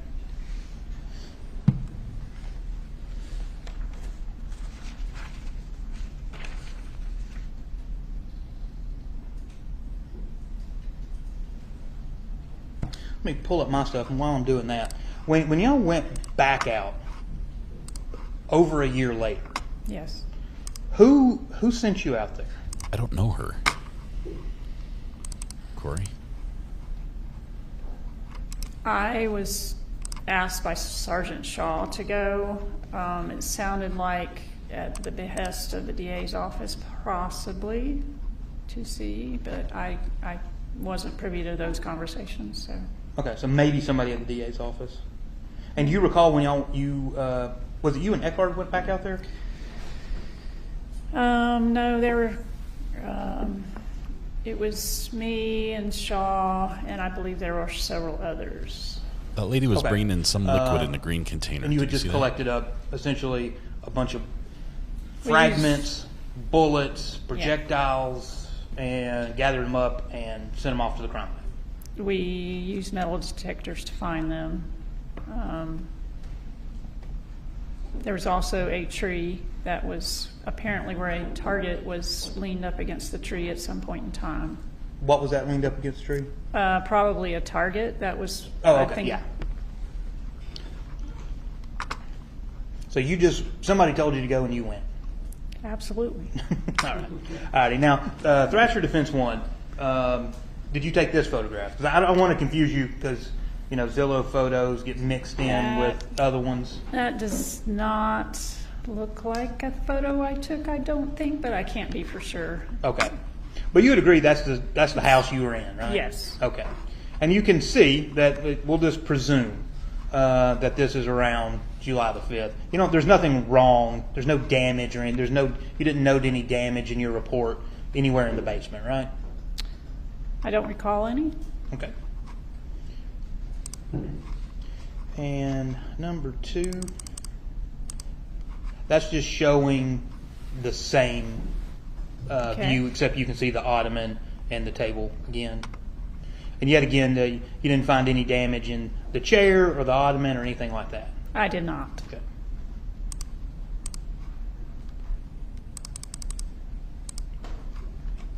Yet again, same thing in 3 and 4. Gotta rotate one more time. Apparently, you have to pay money to make Adobe want to rotate pictures easily. That is not a free feature. You're going to pay for anything extra for that. Court doesn't have money for that. And this photo too. And one of the things is on that coffee table that was there. There was all these candles and things like that, right? Yes, I think there was a remote in that dish, maybe. Yeah, dish, and you can see there's like a vase there, got a glass or what looks like glass or ceramic lamp too. Time for a poll, vase while you were or there, vase? you didn't see like no broken furniture or anything like that, right? No. Same thing, just a different angle.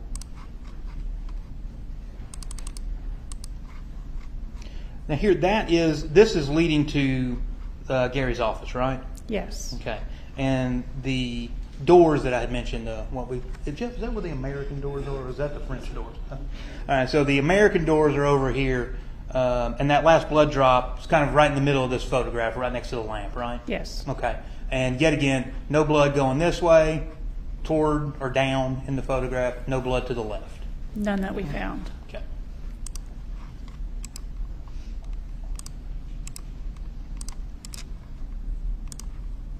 Rotate, rotate, rotate. Now this photograph, do you recall, and I'll ask you why in a moment, but do you recall if you specifically took this photograph? I think I may have. I'm not sure. It's dark outside, so when I was photographing part of these, it had gotten gone dark? past dark, yes. Okay. Because I want to ask you about, when you look at this one, if you look at the other one, everything is relatively in place, right? Yes. And then this one, the ottomans moved. yeah, so in this one, if you look at the bottom, the ottomans moved, that Yes. blanket is now on the couch. Thank the you, pillow Yes. on the Thank you, my right-hand friend. side of the screen has been, for some reason, taken off the couch. Did you move those things? I did not. I believe Kuykendall continued to search once we found the projectile. Once Okay. he found it. Because here's another question, because I can't see it. Because when you put down the placards, I don't know when that was. So I don't know if this stuff has been moved before these placards have been put out. You understand? Right. So is it before or after? Because I don't know. Is this how the room looked when you walked in, or did it look put together? The ottoman had not been moved when I walked down there the first time. Okay, so it was over here like it is in the other photographs. Yes. Okay. Do you have any idea why Kuykendall would move like the pillow and the blanket and stuff like that? To look under the cushions and things. And were you there when you did that? I think I was still down there, but we were taking blood swabs is a tedious task that takes a long time. So. Okay. And well, since Kuykendall's down there moving thing, did you notice or find any additional blood drops, bullet holes, projectiles, anything like that? I was not informed if they did. Okay. Number 5. Number.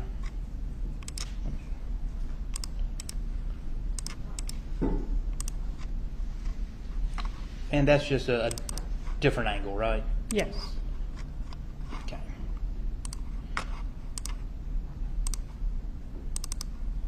Show you Thrasher 9.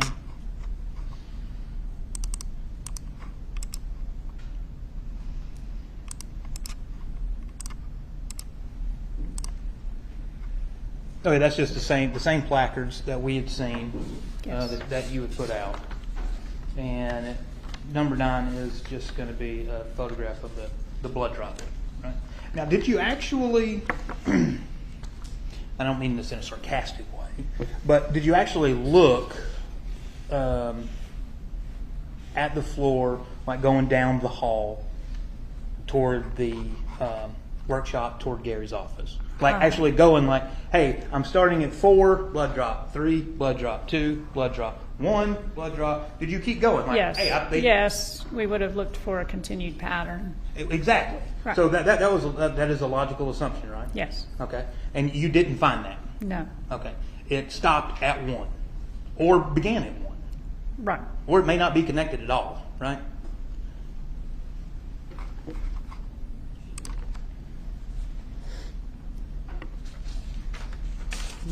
One second, Judge.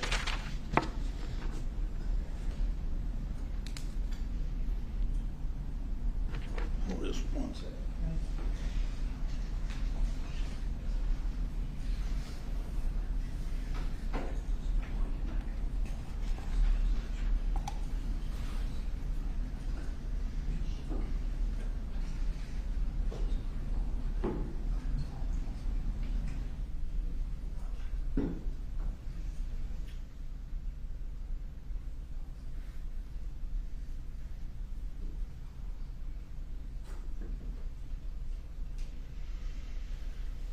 Attorney's weighing the question, seeing if he should ask it. This is his witness.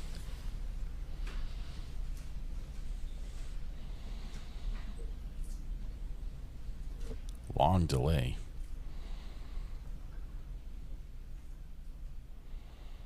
If the judge had done this, this would be at least 3 buffers. Mr. Ashton, a couple more quick things. With the, and maybe I can pull it up, I don't know. With the blood drops, with that numbering pattern, you and Mr. Fogus talked about it briefly. How did you come up with that numbering pattern? Like, why is this 1, I guess is my question. Why isn't this top of the stairs 1? There's no real reason other than that's where the curvilinear pattern was. It did not have, we were not stating, as we said before, that is where we thought it began or ended. It just was the easiest path. It appeared to create a path of some manner. Her mic got turned off. So, fair to say you were in the basement and you had your placards and was like, hey, there's blood drop number 1. You would be correct. Okay. So basically just the easiest way to do it. Yes. Okay.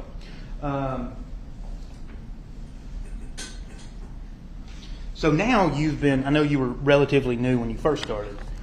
Now you've been doing this, another 6 years? Yes. Okay. Learned a lot more? A whole lot more. Gotten a lot better? Yes.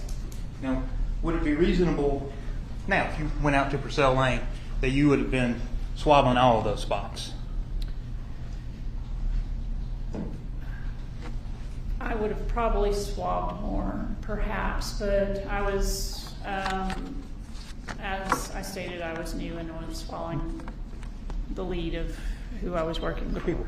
And it was a large scene, so that was held for several days. Yeah, was it, because it was a large scene, because there was a lot of people there, weren't there? Yes. While you were there, how many investigators do you think were there?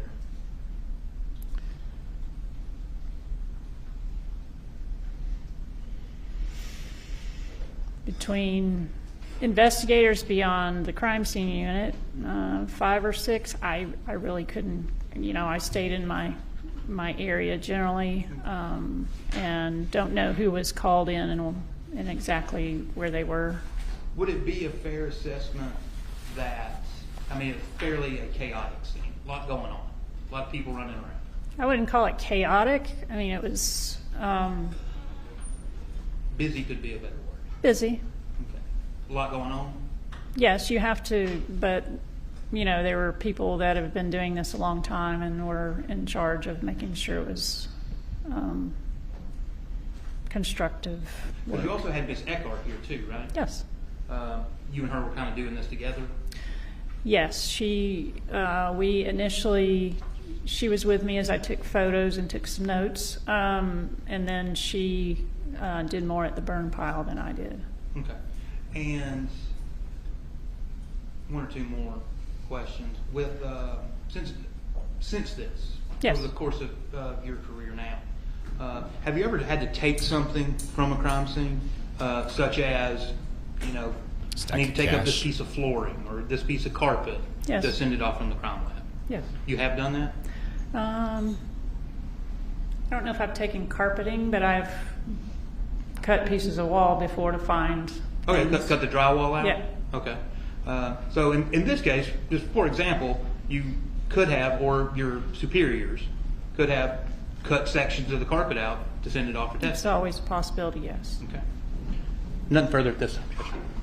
All right. Thank you, Judge.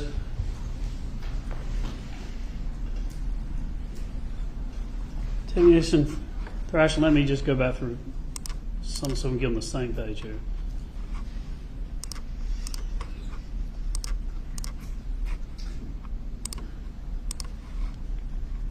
All right, do you see these are Thrasher?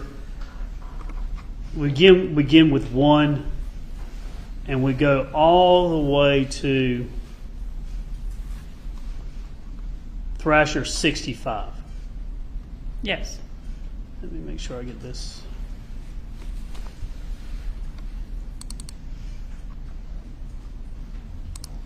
I can only think they're laying the foundation, and soon we'll get to the evidence. Oh, there's a dude on the truck, sitting, just chilling on the tailgate. All right, Thrasher 47. Look at this.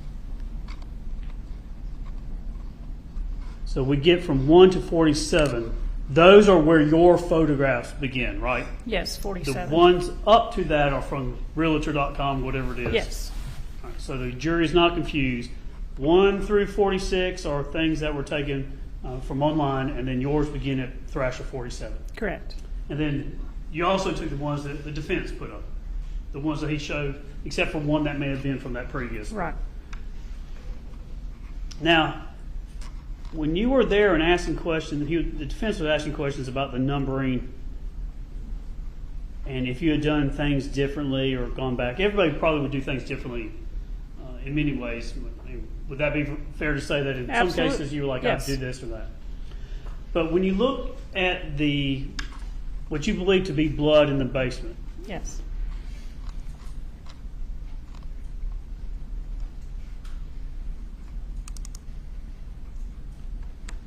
Actually, 251. When you look at those placards and you saw the blood there, as you were, fair to say, all right, we're down here in the basement with evidence marker EM1. We're going to put it right here and we're going to work our way because 9 is back at the top of the, or 10 is back at the top of the stairs, right? While you were looking at that thing, then all of a sudden did you go, oh my goodness, that blood doesn't look like that blood, or that was totally different than that? No, I did not. Did you think I'm just, that was really old, this one's really new? No. Did it ever cross your mind that these things weren't connected or related, or one was out of place as another one wasn't? No, it did not. And EM1, evidence marker 1, evidence marker 2, that those were taken and tested, and we're going to get the results of that test to see if it matches anything else down there too, right? Right. And if you did it over and you swabbed that blood, it's either his blood or someone else's blood. Right. I guess it could be not blood, but definitely the ones that were tested, they're going to come back to wherever they are, right? Right.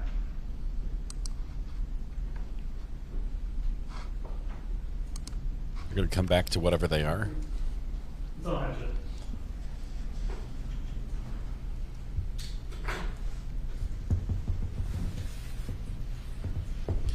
Skybell raising the third option. We always thought it would just be Scott and Melody as possible. All right, you sit down. Thank you, ma'am. Thank you. You got a short witness, or you want to take a break? Longer witness. All right, let's take we'll try to keep the 5-minute recess to 10 minutes. And y'all can step out and use the other jury room. And I'm going to come down and mess with the mouse. So y'all can use it as a... The judges personally taking care of the tech in the courtroom. He's all over this. What's her defense? So far as it wasn't me. And if it was, you can't prove it. Judge is an IT judge. I think he's on his second career as well. His first one was in tech support.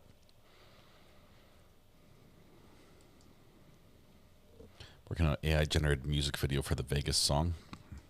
Nice.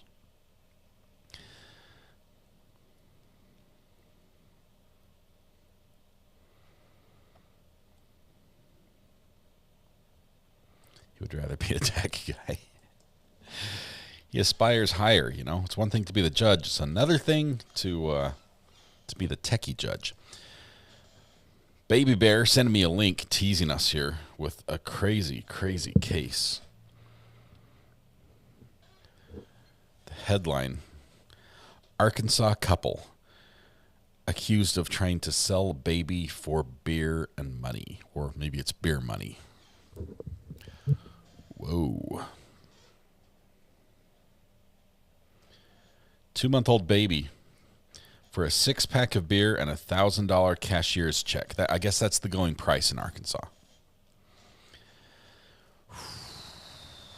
Not cool. Not cool.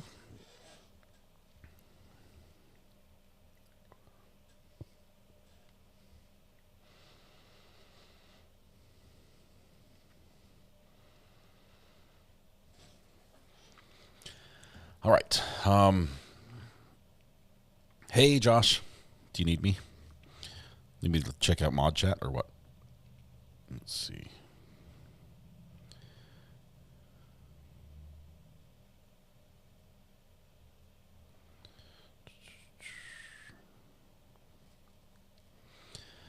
Yeah, I'm not sure if they're going to go to court or plead guilty, but charge everyone in that. Yeah, there's no like innocent parties except for the baby. There's no innocent parties in that whole exchange, unless this was a sting operation.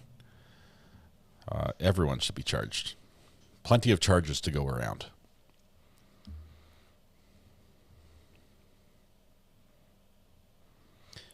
Bob takes the practical approach, says maybe they had more babies than they needed. It doesn't work like that, Bob. I apologize. It does not work like that.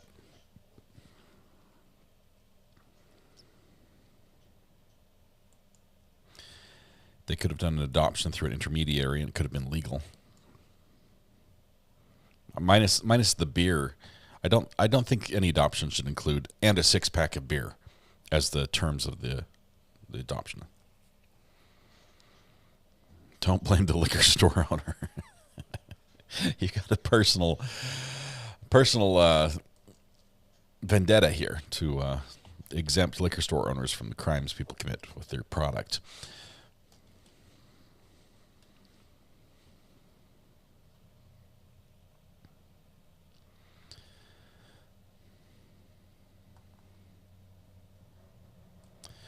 An 18-year-old I'll sell for grocery money and gas money. Man, just kidding. At least 18-year-olds, they're an adult, you know. They can sort of negotiate for their own price. Greeny's like, wait, what kind of beer was it?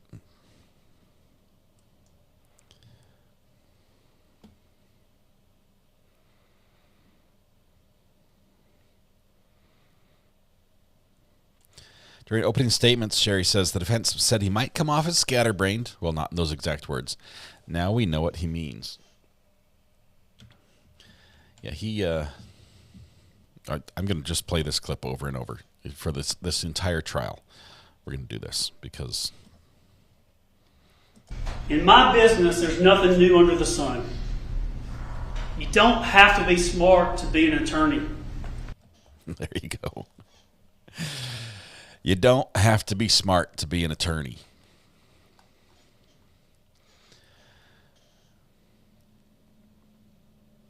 There's another soundbite we need from him, and I can't remember what it was. That's what he reminded me, and I'll find it. I was kicked back, taking it easy.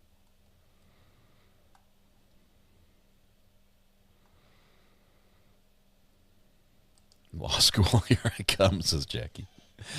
You watch too much Legally Blonde. Yeah, I think I have to say this. I like him. He's just straightforward. He says what's on his mind. He's a little bit quirky, but he's fun. He tries to use tech. That's good. He's been good with his mic. Volume-wise, we can hear him. He said, the slow burn. We need slow burn from him. It's a little bit of a slow. This trial's a little bit of a slow burn. Is what he said to the jury. Yeah, he used those words in the opening statement.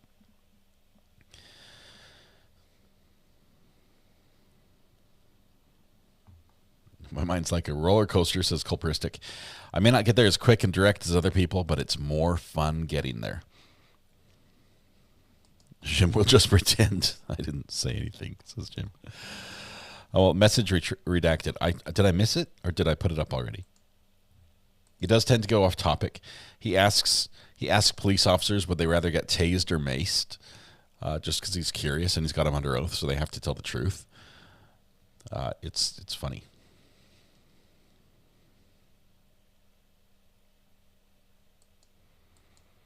Said it'll be a slow burn. Yep, that's the. There's going to be some spice. He also promised us that he's going to have somebody up on the stand who was testified 2 different ways, and he doesn't know what he's going to testify to in this trial. And he's going to basically have to put the screws to him a little bit. He's like, I'll be professional, but it's going to be. He basically said it's going to be spicy. Is what he said. It's going to be spicy. We've got some people who are going to, I'm going to have to really double down on and do my lawyery bit on them. If you kill someone, they are dead. That is also something we've learned.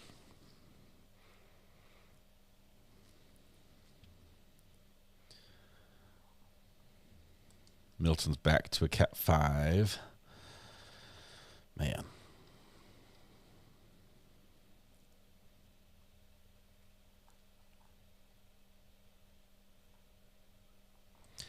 How long to the spice? We've got the initial investigators, right? These are the police. This is what we normally see in a trial like this. We'll see people that show up, the first responder, the 911 operator, the chief investigator. So we get the lay of the land, we get the pictures of the crime scene, and some of the evidence, the introductory evidence as far as DNA analysis, things like that, the swabs. Where we go from here, I don't know how many more we have of this beginning period. Next would be either chain of custody, or might go all the way to the end of the Georgia crime lab, whoever it is that analyzed the DNA or the blood and things like that. We'll get that. And then we might see some of those witnesses that are family members that testify as to why it was her, why she could be the only person who did it, why she's guilty. So we're hoping, fingers crossed, that we get some of that evidence, because we haven't heard any. I want to hear from Scott. I want to hear from him. I want to see the exchange between the two. I want to see her face when he's on the stand. I won't be surprised if the mouse has a trackball and not a laser.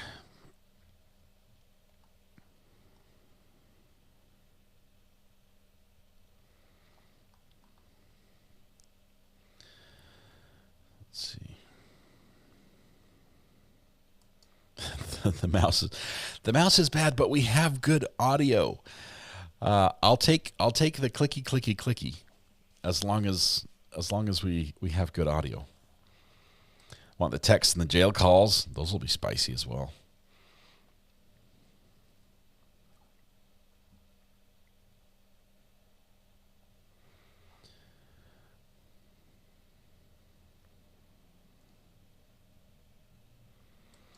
If you watch The Princess Bride, someone can be half dead. Yes, not all the way dead.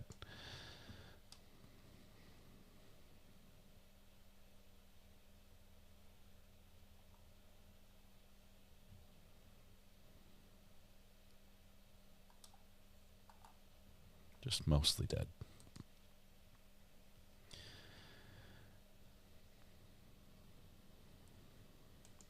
This family's troubled. Can you imagine no conviction here, and then the next family reunion, what that would be like?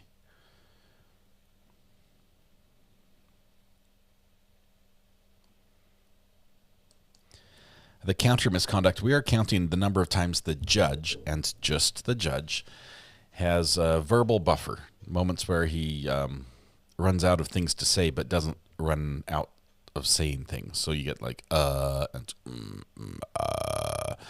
all those sounds, those that's what we're counting. And we have 43, and we're just counting the judge. I'll try to take the counter off the screen when it's just a regular trial, because we're not counting for the lawyers, for the witnesses, for anybody else or me, I do it too. We're not counting that. We're just counting the judge. Melissa Webb, welcome to the gallery. Thank you very much. Holly Mack just gifted 5 memberships. Holly, thank you so much. Culperistic, Danny, DPOC, Donna E., Erica Watson, Missy's Angels, all gifted memberships. Thank you very much. Thank you very much, Holly. That is super generous. Weatherwatch's channel, exclamation point WW. I think Josh could do that. Oh, Josh instead gifts 5 memberships. Josh, thank you for your generosity as well. Letting people turn green here, which is beautiful. I think a mod has to do, I don't even think I have the ability to do this. There we go. Josh got it. There's Weatherwatch's channel.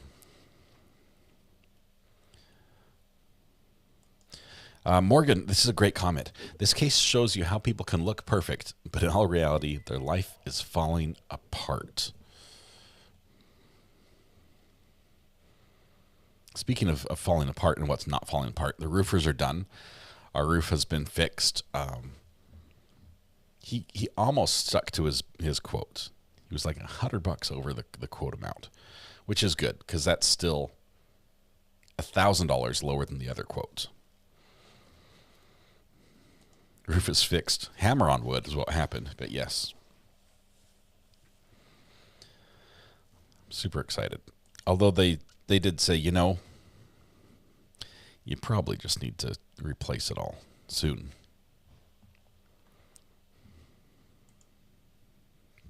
For another $8,000.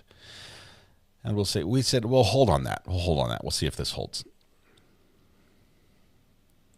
It's always over, never under. I'm surprised it came in where it was. I'll take that every day. And he sent me pictures of everything they did. So I've got pictures of the roof and all the new shingles where they replaced everything. It's good. Wogger, I've read that she is out on bond. I see that she's been able to get up and just walk out of the witness chair. So I don't think she's shackled in any way, but other people swear that she's in custody. So I just don't know.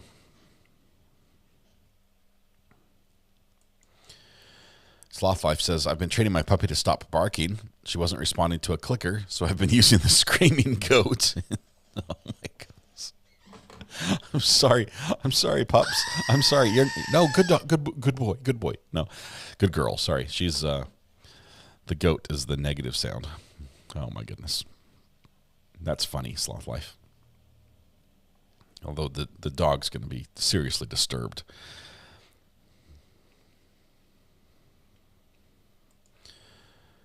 Okay, so Josh, we show she's out on like 25K. That's what we know. At least that's what we heard. I saw she was out since like right after she was arrested, which was 2019 or so. She's on bond. They said that yesterday. Or 250K?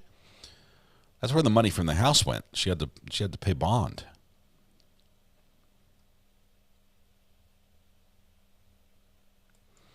She walked in the courtroom with the attorneys. Okay, definitely out on bond. Plus the pearls and makeup. She's definitely a pearl lady. The pearls she's worn both days.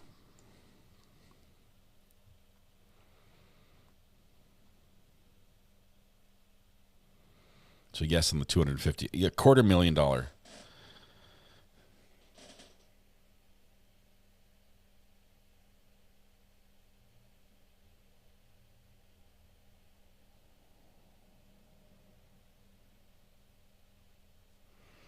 Amanda, I just got your text. Send me. Oh,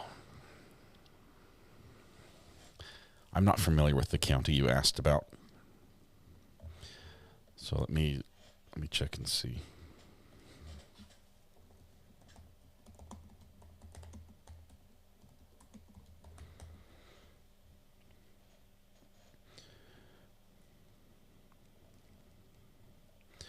What I would recommend, first of all, if this is a criminal court, Amanda, that you're asking about, and it's particularly it's in Texas. I'm not going to share any details unless you want to share them. I would call the court. They're open 8 to 5, Monday through Friday. I would give them a call if you could. Let's see.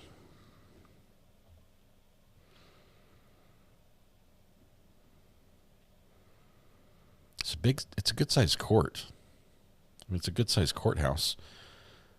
I would think that they'd be down with. It's not like some backwoods location.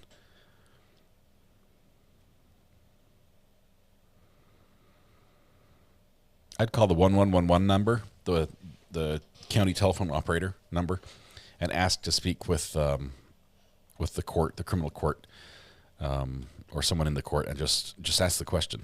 First of all, ask if they televise it, if they share it on Zoom, or and then you could start asking like we do and ask about what about media access cameras in the courtroom? What's the policy and procedures there?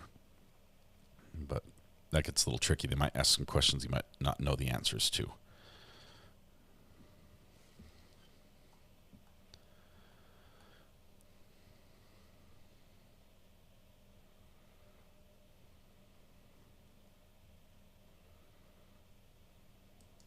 Holly Mack, thanks for the final statement on this. Cherokee County District Attorney's Office, that should be a fairly authoritative source.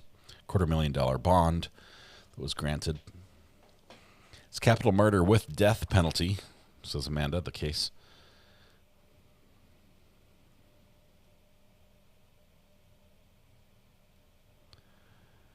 Oh my goodness, Amanda.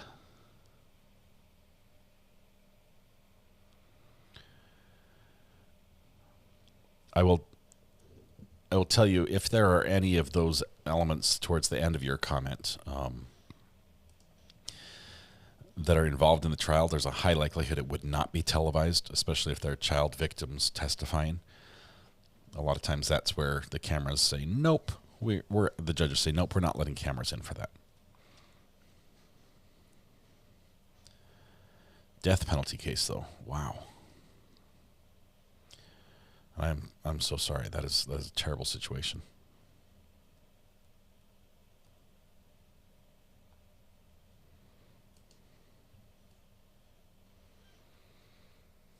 All right. We're about done with our 10-minute break. Kenny, you're doing a great job with the internet, by the way. Keep it up. Why is it taking so long for this case to go to trial? Most likely, Melissa, here's just my gut feel. They don't have very good evidence. They don't have a smoking gun. They don't have a mic drop moment where they can present evidence. They're going to put out a whole bunch of conspiracy, not conspiracy, but circumstantial evidence that they say it just makes sense that it was her. But you need more than that. That's to get beyond reasonable doubt. Cody Summerstorm says, not nearly long enough. Great place to spend a little time. 8 months. Congratulations. I love the dog picture with the monarch butterfly on the nose. That is beautiful.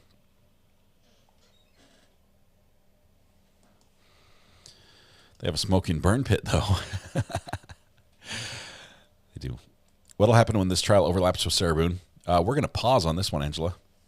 We'll pause on this one and pick up Sarah Boone. I think Sarah Boone will be over before this one does, which means we can start speed trialing to get caught up on the burn pit. No smoking gun was found. No gun whatsoever, unfortunately. Raina, I'm a lurker but love the channel. 8 months of lurking and a Canadian lurker at that. Thank you very much. Love our friends from the True North. Welcome, welcome.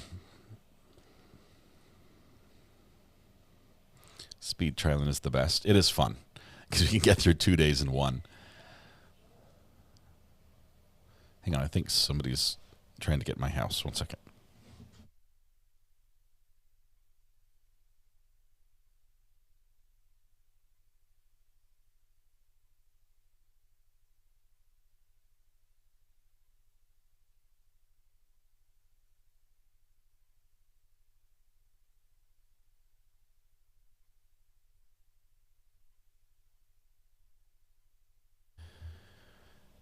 No, I can't put this one on Top Mark Media.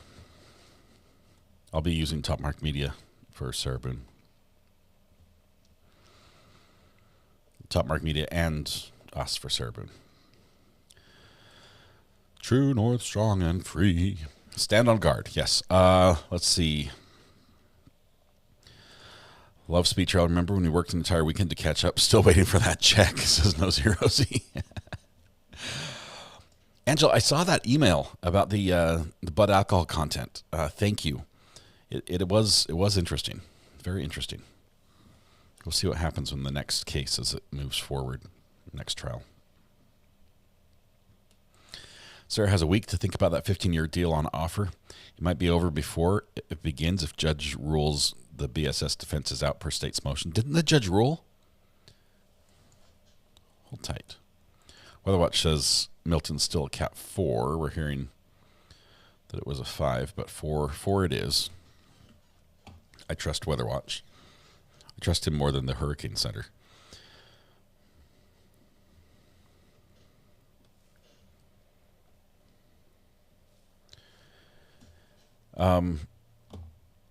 Ashley, the plan right now is we've got a partnership and a deal going with Trial TV Live, where both of us have invested a significant amount of resources and money to get coverage of Sarah Boone.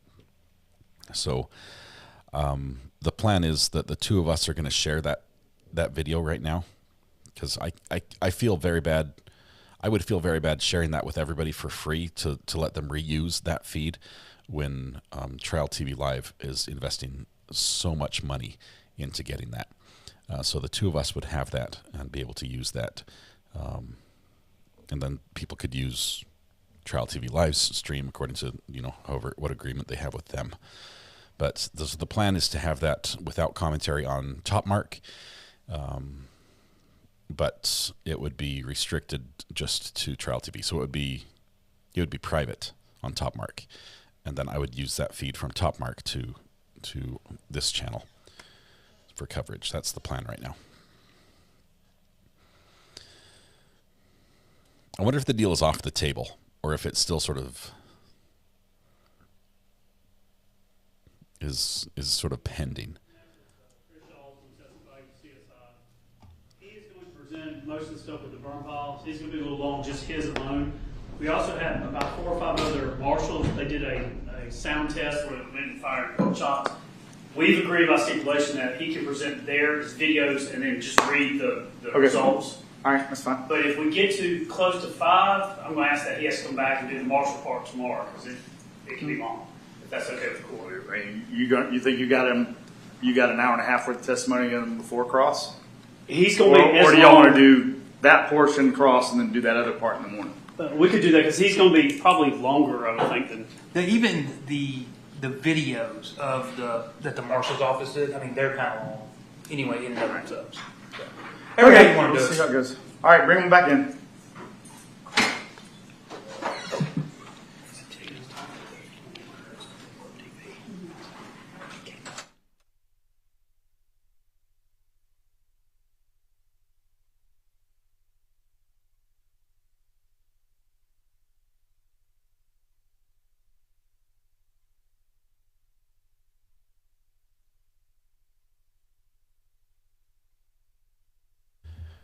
Greeners, very much like used car shopping. Never buy at the sticker price. Always dicker.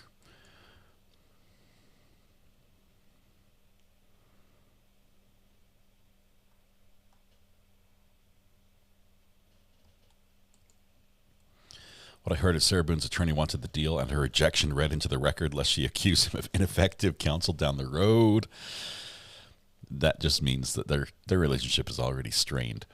Unholy Saint 88 listened to court while stuck in traffic on the 405. Oh my goodness. I'm sorry. Hopefully it's a little better for you. I know a lot of people headed one direction. Makes for slow moving.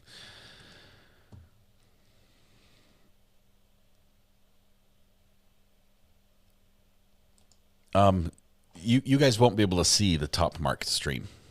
Does that make sense? Trial TV Live will have that, so they'll have a feed without me on it, next witness. and then Police of court, second call, Chris Shaw. I'll have it. So raise your right hand. These songs swear from the evidence you about to present in this matter shall be the truth, the whole truth, and nothing but the truth, so help you God. I do. Go ahead and have a seat. Make yourself comfortable. All right, I've replaced your cursor with a large magenta arrow. You're welcome. It's going to be terrible. You This would cursor's state your gonna full be name for the record. My name is Christopher Michael Shaw. Now, where do you work right in the morning? I'm currently a police officer with the Cherokee County School District Police Department, assigned to Cherokee High School. And what do you do at that job? I am the main campus SRO for Cherokee High School. So I'm charged with safety and security of the main campus and all the surrounding areas of Cherokee High School. How long have you been doing that? I'm in my 3rd school year. And prior to that, did you work for the sheriff's office? I did. I was employed with the Cherokee Sheriff's Office for 15 years. When did you go to the academy to become post-certified? In 2003. Tell us, if you would, starting with where'd you go to the academy? I went to North Central Law Enforcement Academy at Treadmill Mall. And after you graduated from that, where'd you go? The Holly Springs Police Department, where I completed FTO and was assigned to uniform patrol. And how long did you do patrol? I did patrol at Holly Springs for a year. Then I went to the Woodstock Police Department, where I was employed for 4 years. I was a canine officer and a member of the Ayden Traffic Enforcement Network and assigned to uniform patrol. In July of 2007, I went to the Cherokee Sheriff's Office, where I was first assigned to the Waleska Precinct and then to the Bridgemill Precinct. And in 2008, I was selected to become a member of the Violent Crime Unit. At the end of 2008, we combined ourselves with the Criminal Investigations Division, where I remained until 2021. So did you work in the jail capacity at all, or were you straight to the... I was one of the agency's first lateral hires at the Sheriff's Office, so I do not have any formal time in the adult detention center. Okay, so because you have police experience, you were able to come in and just go to patrol? Yes, sir. Done patrol, is that right? Yes. Done canine? Yes. So that's a specialization? Correct. Then got into investigations? Yes. Was it like a suppression team in the beginning, or just pure investigations? No, I went straight to the Violent Crime Unit. They were charged with investigating all crimes against persons that did not fall into the domestic violence category as part of the overall criminal investigations. When you went into the investigations, did you have to take any type of particular training, or do like investigations 1, 2, 3, or what type of training did you have to be an investigator? So we start our experience trying to figure out your path. I went to the GIPSTIC's first 1 week criminal investigations course. They condensed it from 2 weeks to 1 week and started there. Prior to that, I had taken training in domestic violence and law enforcement officer response. But you get that basic training not only from the Georgia Public Safety Training Center, but then also through your agency and through senior detectives who are teaching you how to work cases with your agency and introducing you into the court systems, learning how your court is going to prosecute and work those cases. And so it's a lot of on-the-job training, and then from there you can go into specializations. Did you go into type of specialization for the investigations? I did. I went to crime scene school, and I took crime scene processing down in Warner Robins and started to really enjoy it, and that's where I started my foray into crime scene processing and becoming a state certified crime scene investigator. What attracted you to do what I call the CSI crime scene? I like putting puzzles together, trying to figure out, working with the detectives, helping them answer those questions that needs more time to answer. And I'm afforded that time working that crime scene. When you first got into crime scene processing or crime scene investigations, you said you went to classes and things like that, and I think you said you were certified or went down, I guess, the professional track. What level of experience at 2018, in July 2018, tell the jury, give us a kind of your resume, what level of experience you have for crime scene investigations at that time? I was a state certified crime scene investigator. I attained that in 2010. And let's start with that. What does that mean? What do you have to do to get that? That means I completed the state's original prerequisites for becoming a crime scene investigator. There's a total of 6 classes. You then, once you complete those classes, you have to fill out a post application through the Police Officer Standards and Training Council. It's then submitted along with your post transcript. That's like our school records for all of our training, plus our certificates to show that it is in fact the prerequisite courses. Someone from my agency has to sign off on it and attest that I am actually working crime scenes. So during my training, I'm working crime scenes with another certified crime scene investigator. Almost like being an apprentice in some ways. It is, because they require 40 hours as well, which I completed at the Gwinnett County Police Department in their crime scene investigation unit. So once I have all those hours, so right there is close to 300 hours just in basic formal training. That's not counting all the time that I'm working with another crime scene investigator, learning my craft. That's taking pictures, mapping crime scenes, that's looking at lots of latent prints, dusting for latent prints, and all that stuff that comes along with the types of investigations that we do here in Cherokee County. And so you complete that, the state sends you back a certificate saying, congratulations, you're now a state certified crime scene investigator. Now, when you're certified, is that where everybody gets a trophy, or is it you just show up and get it, or does it actually have standards and difficulties? No, you have to pass the classes, and they require a practical and a cognitive test during the fingerprinting portions. Photography requires a cognitive and a practical exam to pass the class, and if you don't pass those, you get sent home. You have to wait a year to take them again. What kind of practicals and tests and things do you do? During the fingerprinting portion, during classification, you have to classify 10 fingerprint cards. And so when I was going through in 2009, we were still doing the Henry classification. That is a manual classification that was created back in the 1800s by Henry in India to ensure that the workers in the British-controlled Indian continent were getting paid and not having people come and double dip and take money. And so we've taken that classification. We use that worldwide, and we had to do that by hand. And you have to get all 10 right. And if one's wrong, that's it. Did you have to do like oral presentations, anything like that? Not during the basic classes. That was in my advanced classes that I go to later. So after basics, you're qualified as a state at the lowest level, I guess. And I don't mean anything against that, just level 1, I guess. Did you go into a more advanced class? Well, the state only has one level. What they did was they changed some of their prerequisites for the certification, and I took that additional class. And that additional class was the bloodstain pattern and analysis class, and that's a 40-hour basic class. That's your introduction to bloodstain pattern analysis. I went ahead and took it, even though I was grandfathered in under the old state certification. I took that class. If you didn't have to do it, why'd you do it? It's important to my craft. It's crime scene, and what we do is a physical science. It's a forensic science. It's constantly evolving and moving. And so if, as a forensics investigator, I don't stay up to date on current trends, I will fall behind, and I will either not see something that needs to be seen, collected, documented, or worse, just completely mess something up in a scene because I'm looking for one thing instead of knowing that the science has changed and changing my way of processing a scene to fit the current sciences. Do you challenge yourself in your craft and what you do? Do you always try to get better, always sharpening the sword? When I was running the unit, I read a lot of white pages because the science was changing so fast that I was constantly on the phone with my fellow colleagues going, hey, I ran into this. This is what I did, and I failed miserably in the lab. What are y'all doing?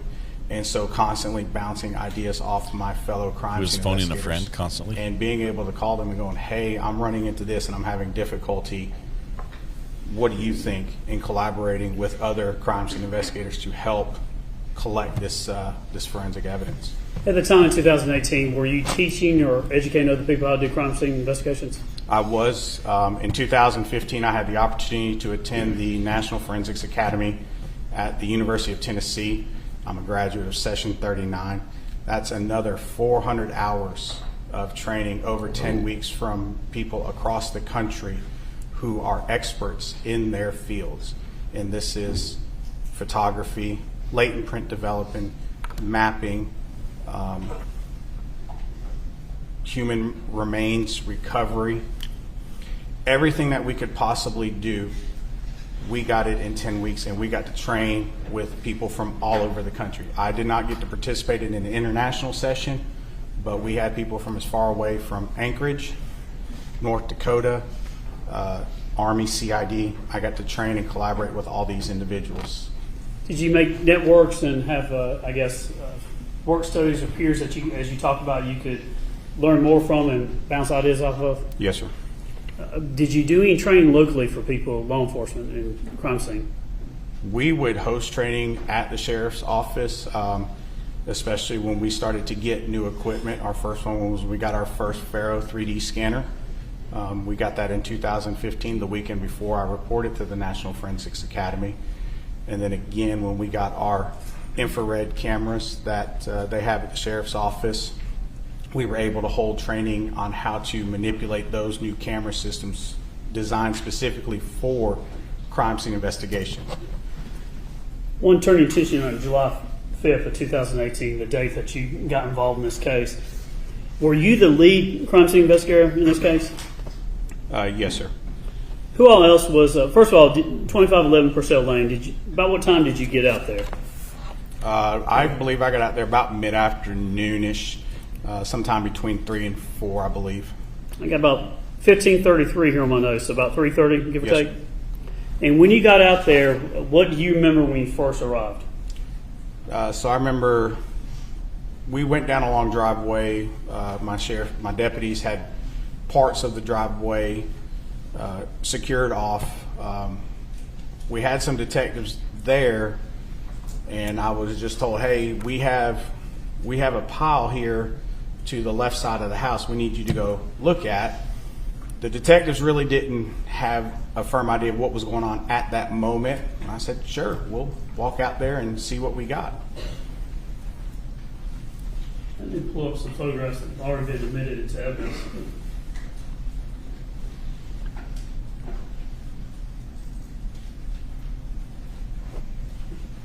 This is aerial 3.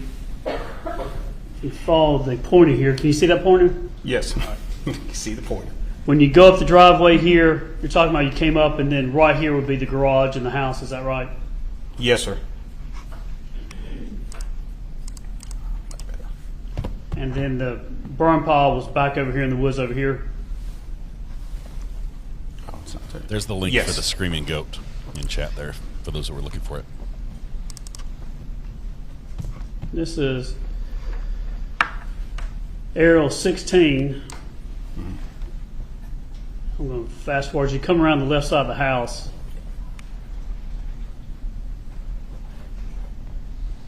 Oh, lots of fast forwarding.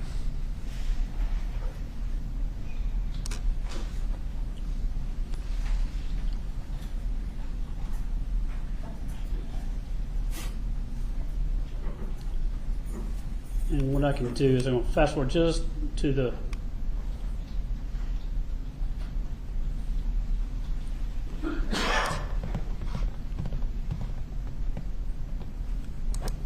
So it's aerial 16. Basically where this drone is that kind of how the layout from the burn pile to the house, is that what it looks like? Now this was a year later, but... Yes, that was, even being a year later, it was still the same distance. Nothing had changed other than we had progressed a year. If you were to walk from the house to the burn pile, are you going downhill or uphill? You were going downhill, a slight downhill angle. Then aerial 17.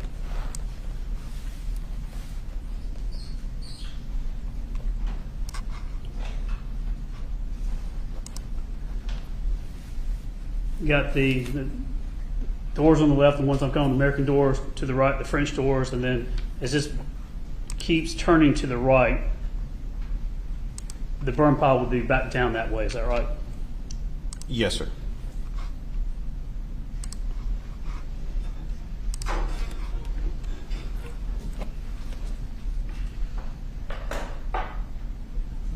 did you know you were looking at, or what y'all were dealing with when you first arrived? I know it changes at some point, but when you first get there, what's going on? So when I walk up to what we called the pile, we have this burn pit. I can still feel heat radiating off of it, and I can see what appears to be a set of skeletal remains sitting on top of this pile. There appears to be construction debris and all this other miscellaneous garbage in this pile, but it's very clear to me that I was looking at a set of skeletal remains on the left side. I immediately got everybody to back out, and then started to request additional assets as I'm starting to size up my scene and determine how I'm going to try and recover these remains in a forensic manner. When you were first called out, were you respond to a person in need of help, or what was the call? It was a death investigation that they were not sure of what they had. When you get out there, do you remember the temperature of the taken from the burn pile when you got out there? I know it was initially warm off me, so one of the things that I did request was have one of the fire investigators someone come out with thermal to give me a temperature. When they were finally able to get out there, it was still over 200 degrees Fahrenheit, with daylight still up at that time. So still hot. Still hot. I thought somebody grabs the skull and you back everybody out, then what happens from there? I requested through my chain of command to contact the GBI and the forensic anthropologist, Dr. Alice Gooding, to get her to come out and assist us with recovering this set of skeletal remains. And why did you call Dr. Gooding? What was about her that made you call her? Well, one, she's the state forensic anthropologist. This is definitely well inside her wheelhouse. And two, I'd never done this outside of a training environment. I did not know what I had. I know I had a set of skeletal remains on a pile. It was radiating heat at over 200 degrees. I don't know how this person got there and how they got to the state. And I'm not so far in my ego to go, I can do this on my own without calling experts who I know are going to, one, help teach me how to properly document this, but to ensure that we properly document and collect this entire set of remains. And for me, that's important because that person has a family. I want to make sure we're doing our absolute best to ensure that we do this correct, because we only have one chance to do this. And so if I can call help, and that help is here in our state, I'm going to use it. Had you ever had a crime scene like this before? I'd never worked a crime scene like this. I have burned 2 self-immolations in my career, and that is suicide by fire. I have worked those, but never one to this scope where I have both fire and skeletonized remains in an area that I know I need to properly document and recover. Did you know of Dr. Gooding, a reputation or anything, or what was it about her that made you know that she does this type of stuff? So through our crime scene community, we knew that Dr. Gooding, one, was in charge of the crime scene work at KSU. She's the lead instructor down there. She has been going in with the Georgia Public Safety Training Center and starting to teach similar classes that students would get at the NFA here at the local level for our local crime scene investigators. And a lot of the classes that she had been teaching and that we had been pushing are scattered recovery remains and what we call buried recovery remains. She was able to teach those classes at the Georgia Public Safety Training Center down in Monroe County.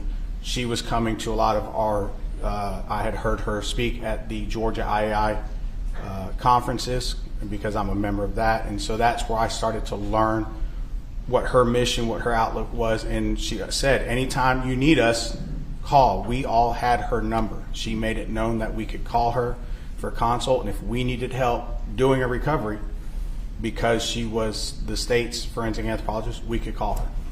And I did. And did she come? She did. What is she like? What's her personality like? She's an educator. But she's awesome. She did bring one of her master's candidate students, and she was very nice to ask permission before allowing that master's candidate student into the scene. They are all vetted through her program, so that person is documented in my report.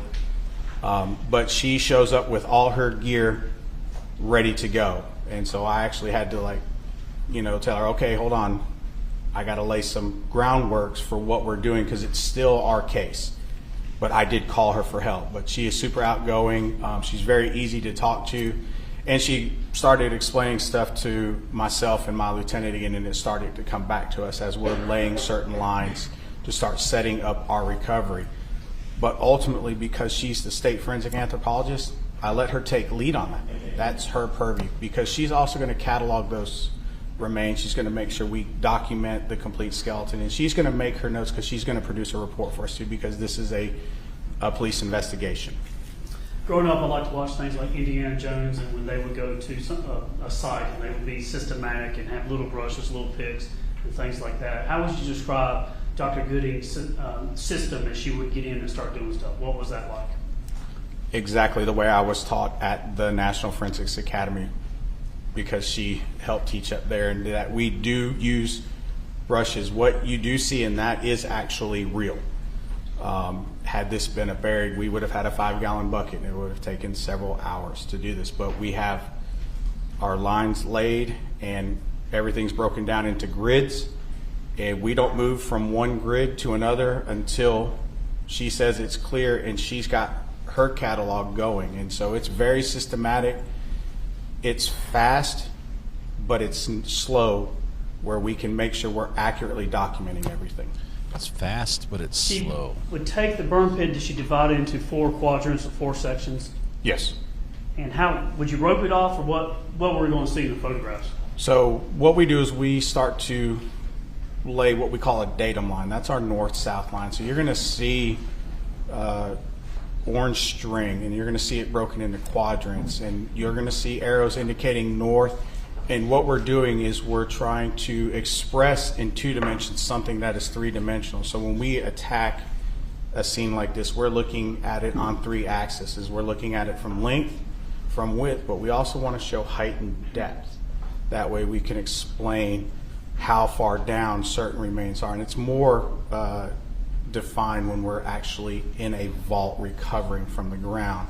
But we still do it on a scattered, because we want to show how far or how close something is in relation to the central mass, if you will. So if we have a large mass in the center, we're going to say that's the center, and then we're going to measure out and say our furthest point is 6 feet down and 8 feet across. And if I can show you that in 3 dimensions on a picture, it makes it easier than just reading off numbers. And so that's why we lay these lines. We also split it into quadrants to make it easier for us to tackle a large scene so that we don't forget anything. What kind of tools or things did you use to do this? Red Solo cups. Did she bring anything? She brought all her tools, paper bags, but sifters, buckets, garden trowel, stuff you would find in the gardening center of any Home Depot, Lowe's, or Walmart. That's what we use. Now they're all clean and sterile, and she brings them with her. But it's common tools that you would recognize, except for our sifter. Our sifter is waist level. Each forensics expert builds theirs to meet their needs. Let's look at some of these photographs here. I'm going to tender into evidence. It's Shaw 1 through 281. And did you have an opportunity to meet with us and go through all these pictures and the videos and everything? Yes, sir. And were they fair and accurate photographs of what was done at the scene and other things in this case? Yes, sir. So just at this time, I intended to evidence states exhibits, but it's Shaw 1 through Shaw 281. All right. Objection? No. All right. You admit it?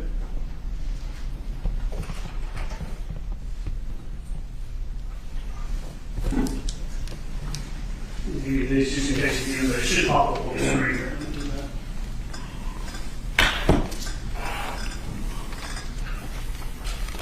I've got like a pinched nerve in my neck. It's killing me. It's causing pain radiating all the way down my arm. It's been days. Judge, may we turn down the lights a little bit for these? Would that be okay? Mood lighting. Okay, here we go. Maybe play some soft music. Would it be inappropriate to do that now?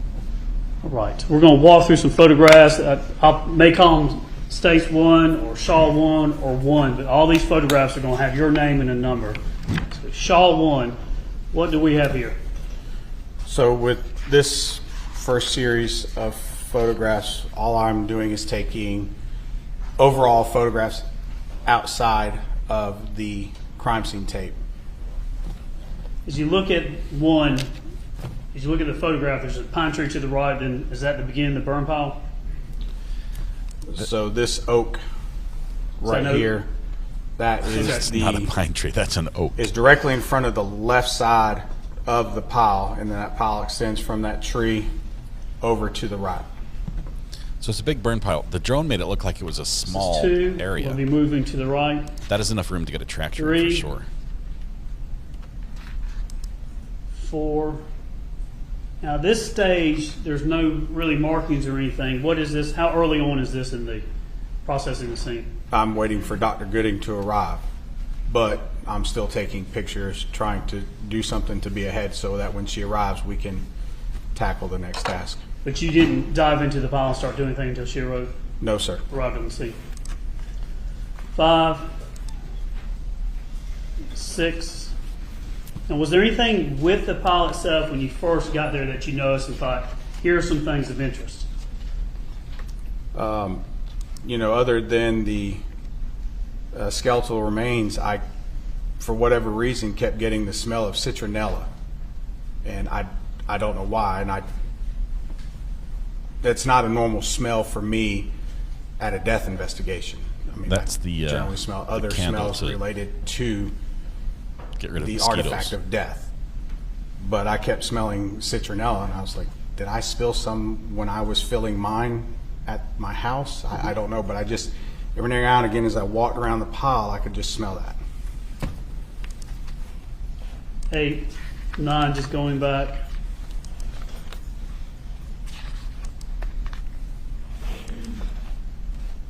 Now, 13, this is looking from one side of the pile, and you said it was still hot to the touch. Was it on one side or certain parts of it that were that way? So I didn't walk all the way around. When I got close to it, you know, most was just stick my hand. I was like, that's still radiating some pretty good heat. And I own firefighter rated boots because I do sometimes have to go into arson scenes. And I wasn't willing to walk close to that in those boots. I was like, let me see what the actual temperature is. 1, I wanted it to be safe, and 2, I needed to document it because it was still radiating quite a bit of heat for this condition. How can you compare that? How hot is that if it's over 200 degrees? Well, we boil water at 212. We can get scalding burns, I believe, between 110 and 160. That's hot enough for me to go, I'm not willing to melt polyester to my skin, and I'm not willing to risk the firefighter rating of these boots. We get an expert out here, see what the temperature is, and see how long we need to wait before we can actually work. Hashtag these boots. Shaw 110 is what I like in. my hot tub set at. What did you notice first when you got to the pile? Oh my goodness. So this one, That's I'm foot. on the left side, and I'm shooting over. Foot bones. I can see what appears to be part of a hand.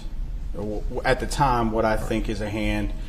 I see what appears to be part of the rib cage, and I'm starting to orient myself. I see parts of different degrees of what I believe are temperature variations. So when we look at something, we say clothing initially blocks heat, it won't burn evenly. That's what I'm seeing in my head, and I'm trying to figure this out, but I see that it's compact too, and I'm like, okay, is this someone who's fallen over? Because I don't see what we would traditionally think of as a full skeleton of a human being. So did someone fall over? Did someone experience some sort of issue that caused them to fall here? All these are running through my head as I'm taking these pictures, trying to process this and think of next steps to go. How am I going to document this, and what am I going to look for? And at this time, you didn't know anything about a bullet in the ribs or anything like that? No, sir.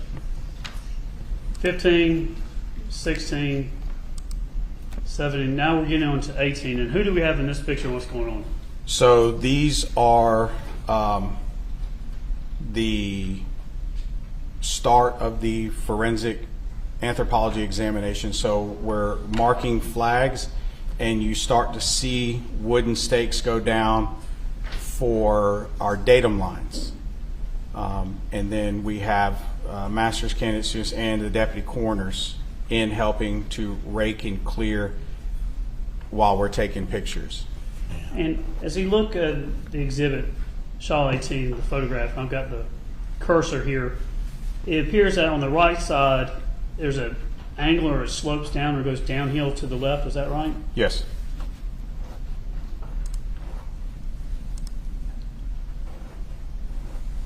Is kind of showing that angle, that downhill looking up. Is that correct?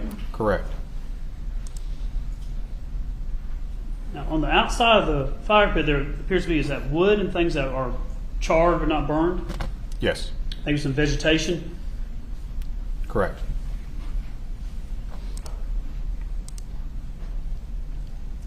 Now, 23, we start to get markers.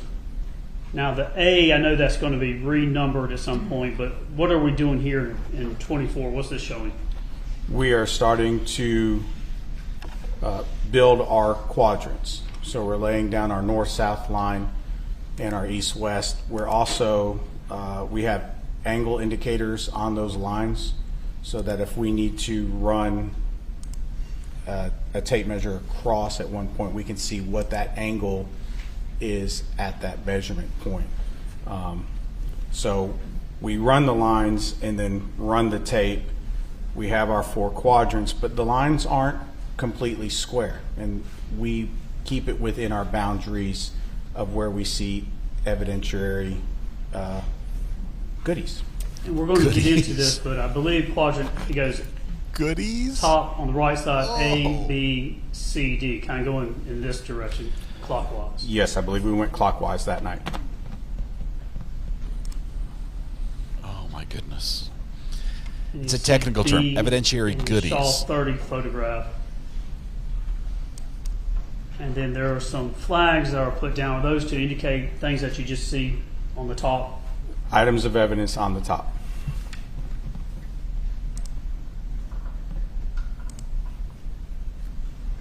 Here shows the Shaw 32 shows the 4 quadrants. Correct. So if this is A, B, C, D. And most of the evidence, the remains were found in A and B. Is that? In A and B.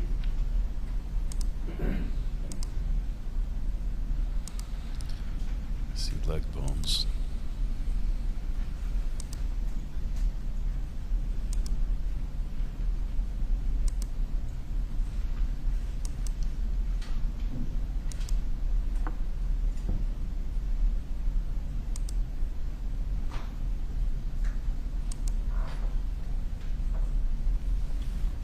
When you were there, did you look for any accelerants? I did not. Did you find any, happen to see gasoline cans or gasoline containers, anything like that? I did not find any in the area of the pile.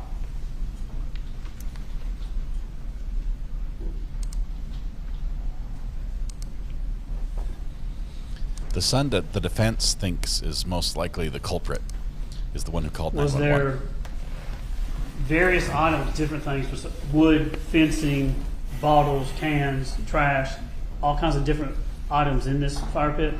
There was, yes, sir.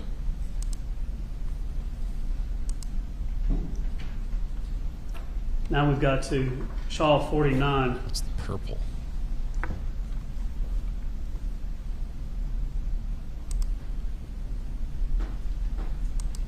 was a pelvis. Given Shaw 51, we're going to go into. Tell us again, how would you attack each to remove things and collect things? What would you actually do? Did you use a shovel, hands? What did you go down? How did you pick stuff up, and how did you sift through it? So we start with our hands first. It's our most tactile sense. So we're going to start in our quadrant. Someone's writing down. We'll start with the large items that we can see and identify, and then from there we will start to grab shovels and trowels to pick up areas of ash and debris to go over to the sifter. And those will be transferred from a specific quadrant being documented by the scribe there, and then put in a bucket. From there, taken to the sifter. The sifter is placed over the blue tarps, something that will contrast with us, and then it's one bucket at a time. We'll sift it, look through the sifter, empty the tarp back into the bucket, check the sifter, make sure we don't have anything, catalog, document that, and then we just keep rinsing and repeating as we go through these buckets. So everything starts to slow down at that point once we've removed the big items that we can readily see and identify. When you found an item of interest, what would you do with it? Is there So Dr. Gooding lay it out, or what would she do? There's laid out on tarps. However, Dr. Gooding wants to do that. Like I said at the beginning, she's kind of running that. I'm just making sure, one, I'm learning, and two, anything that she needs. But she's running that process. But she's laying stuff out on tarps. She's cataloging the skeletal remains as they're removed, checking on us. I get to do the manual labor. I was sifting some stuff. We're also continuing to rake and make sure that we don't miss anything within that specific quadrant. Once we're done with that quadrant, we move on. In Shaw 55, we have these, you see the ground has markings like, was that how that was, or is that something y'all did? That's from us raking. Did you notice around the burn pile itself, was there any signs of raking or a tractor had been used or something to clear the land? No, not around that, because the area on the edge of the burn pile was still green with vegetation. But did you see that there was evidence that a tractor or RTV was in that area? Not during this point of the investigation. This is 57. What's going on here? Is this just an example We're of what? examining small bone fragments. 58, what is just scooping buckets? Is that how that would work? Yep, we're troweling using a dustpan. We're troweling into the bucket. Buckets. Once we're satisfied with that, it goes to the sifter. You can we sift it. Again, we look for We can help. Small bone fragments, items of evidence, pieces of clothing, and lay those out. Shaw 62, what is this? That is a picture of our sifter, one of the buckets that we sifted. And you would sift, and then the bigger piece would remain on top like this? Yes, sir. And then we'll go through those with the forensic anthropologist, the master's candidate. We'll pick out the bone fragments. Those will get cataloged. Pieces of construction debris will be examined. If it's not of any evidentiary value, it's returned to another area. Items of evidentiary value are set aside to be cataloged later. Up to this time in your career, have you been or responded to scenes where a person's body, whether it's alive or dead, a person's body has been greatly demolished, cut up, hurt, broken, otherwise lost to injuries? How many of those have you been to? I've been to several hundred of those. And have you seen bones and things like that? Could you recognize certain type of bones, or was the experts able to recognize it much quicker? They're able to recognize them much quicker, but that's part of my NFA training is a week of anthropology. And I was called many times upon my return by detectives from all over the county. Hey, we found this bone. Fido brought this bone up to the house. Can you look at it? Fido. And I had books that I would carry with me to help me identify difference between animal and human. Have you worked shootings where people have been shot, actually shot? Yes, sir. You ever seen anybody get shot and still be able to move or walk a distance? Oh, yes, sir. Like what? One of the last cases I worked, the shooting victim went 125 feet before he collapsed. He was shot inside a home, collapsed on the street after traversing an outer porch, down a set of stairs, across a very large front yard, till he collapsed in the street. Have you seen people that have been shot, and even after they've been shot, they'll be able to go a distance or move on their own? Yes, sir. How about blood? You see people different levels of when people are shot and how much blood is there? That depends on the projectile type, where the person was shot. Did it hit a major artery? Did it hit a bunch of muscle? Did it hit, bone and deflect somewhere? That really depends. And then what were they wearing? Is it winter time? Are they wearing several layers, or are they wearing a pair of shorts and a t-shirt? So different amount of blood, even though people have been shot. Have you seen that? Yes, sir. 63, just a sifting again? Yes, sir. 64, Still sifting, looking for small. 65. Same. That's what we do with shark And teeth when we 66, use what water. we're doing here? We are at what we call the bottom. We have now hit Earth. Rock bottom. So we have literally. recovered all of the burned material, whatever that may be. And so we will scrape another layer just to ensure that we've not missed anything. So we try to go to Earth and then scrape a layer. You see in the photographs that it's daylight and it's nighttime. How long were y'all out there? I believe I watched the sun go down and come back up that particular day. 4 or 5 a.m. is when I finally left the first full cycle of work. Painstaking process, slow and tedious. Yes, sir. 67, what are we doing here? We are running our metal detector. We want to make sure we don't Are you leave anything. serious? Did you find any blood at the scene out on the burn pile? Is that a bounty sir. hunter metal detector? I mean, there's nothing wrong with bounty As I hunters. go but through they're not these, this is good. the blue tarp photographs. What are we doing here? So we're just documenting stuff that we found within those quadrants.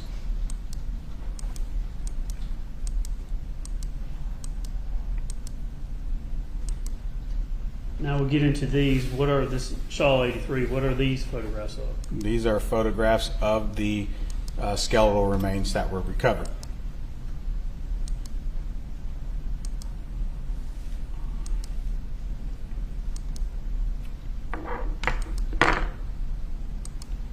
There was not a lot left.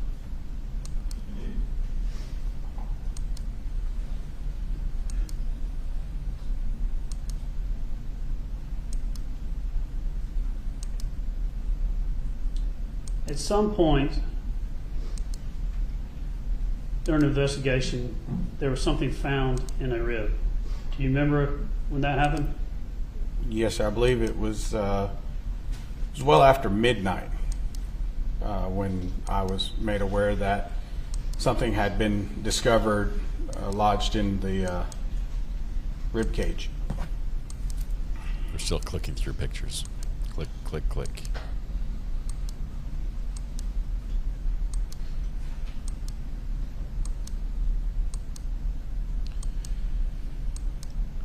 Why are they so broken?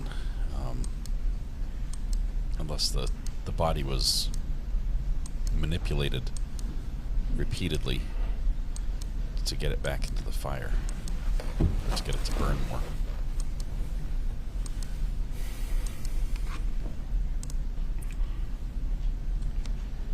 .138. Did you remember how it was described by people at the scene? What was found? How they refer to it as? I don't remember how I don't remember if they said it looked like an eraser or I don't remember what exactly they came and told me. I do remember they said, hey, we found something. You have to come look at this now.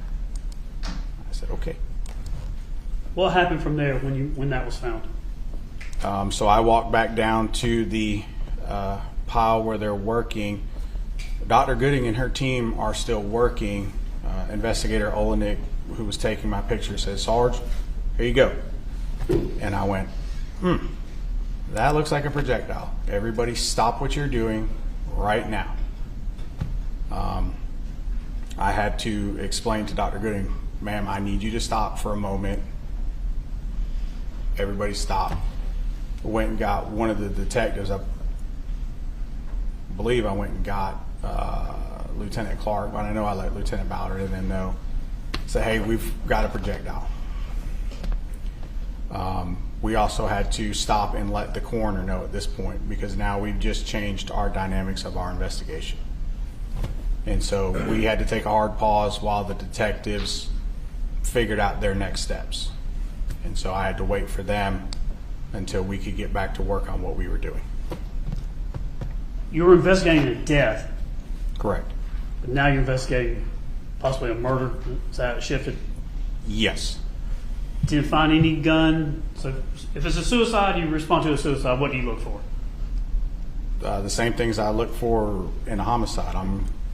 We'll try to look for defect. I'm looking for angle of entry, back spatter. A gun location doesn't necessarily mean anything to me, because I've had suicide victims do weird things with guns. A note, sometimes I find them, sometimes I don't. But I know in a relatively short amount of time if I'm working with a suicide or if I'm working with something else. This case was unique because, yes, we had a projectile, but it was still in a set of burned remains. So the best thing to do was to stop and get everybody on the same sheet of music at this point.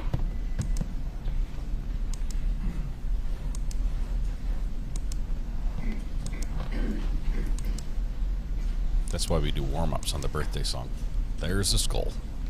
Shaw 166. What do you remember finding this? Yes, Seeing this? I remember seeing that.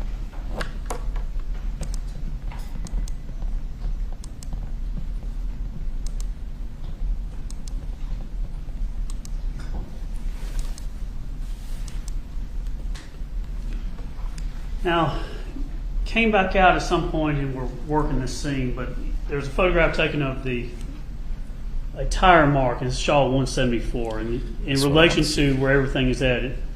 In Shaw 174, when you look at these tire marks, what is at the top of the picture?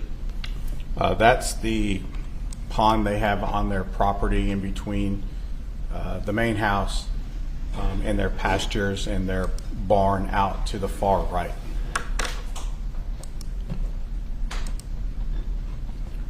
This is 177, and the pattern there has a unique pattern. We're going to look at this pattern on the tires in RTV later on. And then I believe there was a dive done to look for the gun in the pond. Yes, sir. Were you there for that? Yes, sir, I was.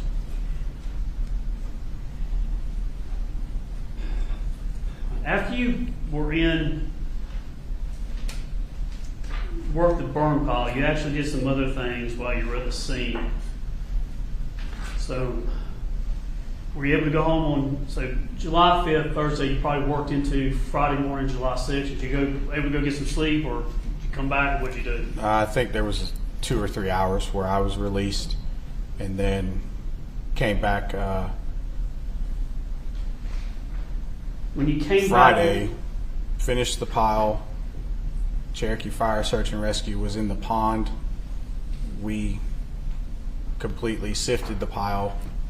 We also did line searches of the area behind the pile while the detectives were inside the house doing their searches. Let's see, 178, let me look at someone.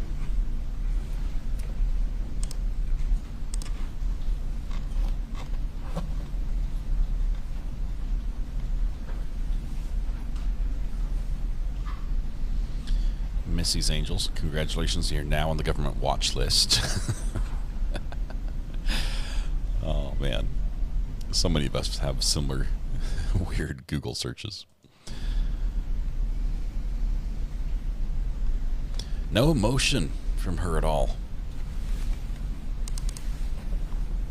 Almost Let me detached. jump. I'm going to come back to it. It looks like you came also back on July 11th, and you were working with Ballard to process some of the scene, I believe, or was... Yes, sir. Those days started to run together. Okay. But I was out there for everything that I have. And we're going to get to the photographs here, but to July 6th looked like you came out and there was a blood stain that you thought some some interest on the front door on the floor? Yes, while we were still working in the pile and I had the fire investigator was collecting some items, I was asked to go in and assist CSI Thrasher and CSI Eckerd with some stains that they had located. My command asked me to give it a second look and do some documentation and some field testing. And then you, there was one stain, there was actually a window, and there's 4 things that you looked at, but looks like you field tested the stain positions number 1 and 3. Do you remember doing that? Yes. And then I guess they were tested for mammalian blood using a OBITS test? Hexagon OBTIS test. OBTIS, yes, okay. And did stain number 1, was that positive for blood, mammalian blood? I believe that one was, yes. And this test that you used, what is it, and what is the OBTIS test? And so it's what we call a field presumptive test that we can do at a scene to see if a stain that we're looking at, 1, is blood, and if it is blood, if it's mammalian blood. So we'll use these at a scene to eliminate certain stains and then prioritize collection of other stains. And then you also, on the 6th, I believe, found a deer camera near the burn pile? Yes, while we were doing our walks, I saw a trail cam sitting on a trail leading behind the pile to the left down a well-worn path, and it was walking a ranch fence. What do you mean by that? The post fence with the wire to keep cattle or horses separate. I call it a ranch fence. And did you collect that and a SIM card and things like that from the camera? Yes, I did. I believe on July 11th of 2018, you came back again, and this is when you were helping, well, I guess this was at the sheriff's office. Y'all took some items back and you helped Lieutenant Ballard process the shirt that we're looking at? Yes. I think the shirt was originally found in the house as we're looking at Shaw 178. Is this that maroon shirt that we're talking about? It is.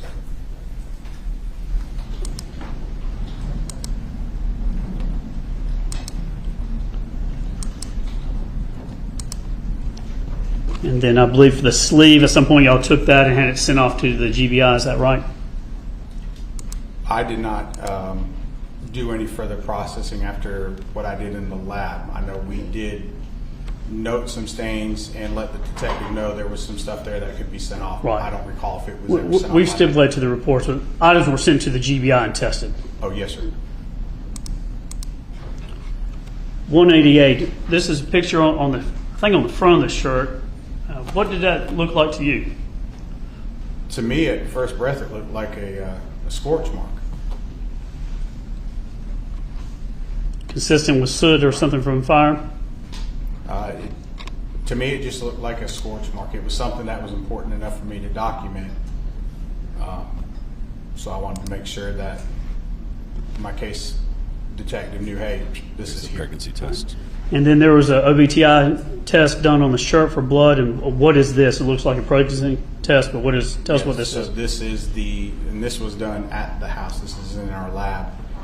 So what you see is the testing vessel of the hexagon test. It uses a cotton swab and a liquid in the test kit. You will swab the suspected blood stain, collect that on that swab, and then you'll clip it off into the fluid. It's a phenolphthalein style solution. Give it a good shake, count, and then you'll break off an end. You'll pour it into the area marked S, it's that trough, and then you wait. And so the first line you'll see is the control. That tells you, hey, the test is working correctly. The second line, the T, that's your positive for mammalian blood. So the control C and then T here. And then some shoes were taken from the house, 2 pair of Nike shoes, is that right? And that's what we have here? Correct.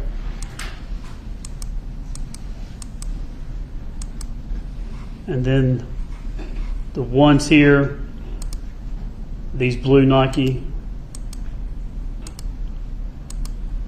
And did y'all notice things on these? I saw what appeared to be some suspected blood stains on the shoes that I wanted to test. And is that what this OBTI test is here? Yes, we did one at the scene, and then we did some more follow-up in the lab.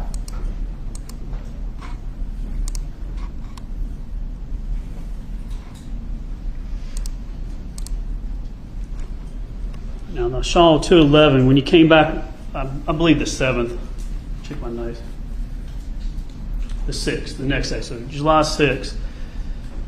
This is the front door here, so as we're standing here looking towards the kitchen table area, we're talking about this area on the floor here, is that right? Yes.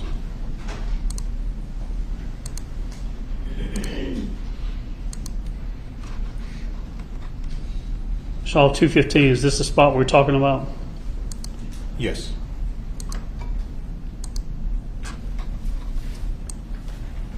That was 1, and that was tested positive for blood? Yes.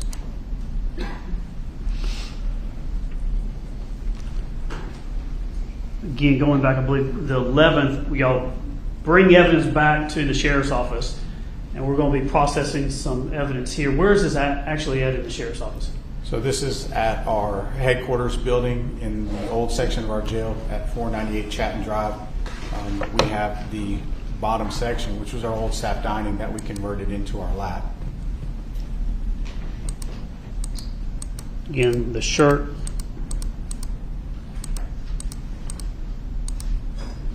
What do we have here? And so I've put this shirt under an alternate light source. I'm just looking at it. And this is 232 for the record, sorry. I'm looking at it under UV light.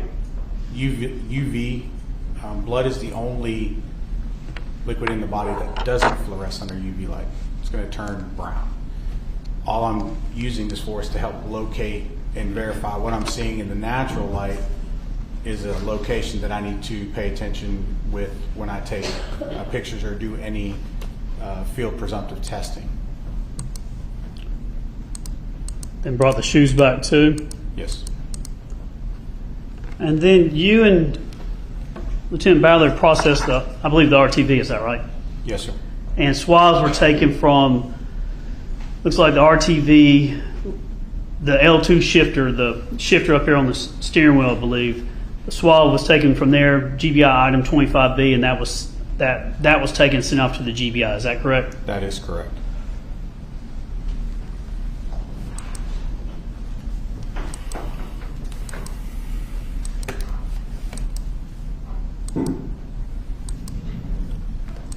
And then also y'all tried to look at and process the Kubota, is that right? Yes. Now notice the tire marks on the Kubota tractor.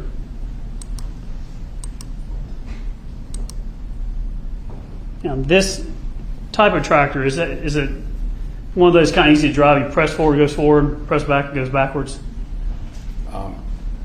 I don't know anything about the operation of the tractor, but I know this one is not one of the models I'm used to where you have to run the handle up on the top side and engage the brake. But as far as the movement, I'm not familiar with it. But you see the pedals here on the right? Yes, sir. This says Shaw 264. What do we see here? So we're looking at a chemoluminescence reaction with the application of Blue Star onto the hood of the tractor closest to the fuel filling station. Looks like something in 264 is blue here as I point to it, and blue below it here. What is that? And there's some blue over here. And that's an indication of blood. Could it be something else? There are instances of false positives with Blue Star. However, when we see those, we'll see those pop like fireworks and then fade away very quickly. Blue Star lasts longer in its chemoluminescence than the other chemoluminescence that we would use. And so not only is it glowing, but you can see where it's attached itself to any trails of blood as it runs. So we know this to not be a false positive. It's an indicator that there could potentially be blood there. So is your reputation as a crime scene investigator is it important to you? It's very important to me. If somebody, not that they would do this, but if someone is there and just says, take a fast picture of this or something like that, are you going to let anybody tell you how to process evidence? Not on my case, no, sir. No, you're not going to just, if it pops real fast, get a real quick picture, are you? No, sir.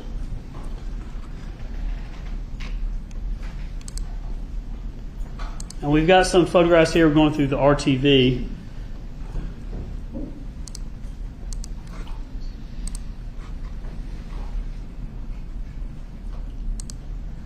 Now, as we get into, this is 268, we get into things here. We're going to try to do something. All right, if you would, Judge, with your permission, I'd like him to step down and actually show how we do these. But this is 268-1. This is 268. Yes, please. Can you see it very clearly? Spray the courtroom with like luminol. Just darkness, doesn't it? Let's take some pictures and see what. Yes, but I can see it because I'm attuned to it. But yes, it is a dark picture. When we shoot Blue Star, it has to be dark.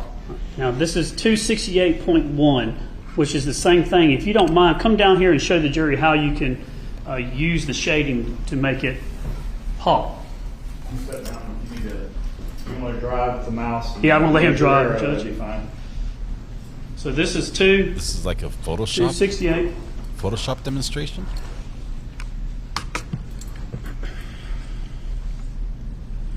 So inside Windows 11, they basically have a free version of Lightroom, which is what I used at the sheriff's office. And so for pictures where we Photoshop basically want to do some basic lighting adjustment, if we're shooting in an altered light, we can come over here to the adjustment side. In here we look at brightness, exposure, contrast, our highlights, our shadows, and we can move these slides all the way to the left, all the way to the right until we get whatever we want to be exposed. And so I'm sorry. Yeah, the soft voice. Go ahead and speak about it. Apologize. What we'll do is we'll move these sliders left and right until we get the desired exposure that we want. So helping to kind of clean up, if you will. We're not actually changing the photograph because we don't save it to the original image. It will always be a copied image. And so for these, when we started to, we were pulling out the brightness and our exposure, and then we'll take our contrast and we want to see how it goes. So we're going to run it all the way to the negative to get it to come up. Our highlights wasn't really doing anything, but our shadows. And so we would run that for those photographs to bring it up. And I know. Wow. Your screen, you can't really see it, but there is. I can see it. There's some blue. I want to try to do something with the remote. My screen looks completely Maybe if you use the pencil. Yes, sir. It has to. Color it in. It probably has to deal with the tie-in, but I assure you that there is a change on a computer screen where we can then save it as a copy. The demonstration And failed. so in this instance where you see parentheses and a number, that is a saved copy. And then we can further explore that inside our metadata and make sure that we haven't altered an image. But that's how we do that in the Windows program. I think if you have seat, I'll go through that, and I'm going to cancel it because I'm not going to save this one. You're supposed to be able to show results and show how it just pops out. Didn't work. And show that in the morning, that's fine. Yes, sir.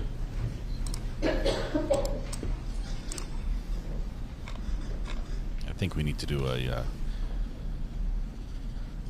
petition, raise money to buy them a quiet So mouse. 268, and then before trial, you were able to get with one of our investigators and adjust it. Is that right? That is correct. So this is 268.1, which is the adjusted, and what do we see here? The chemoluminescent reaction, the blue star on the towel that we located in the back of the RTV.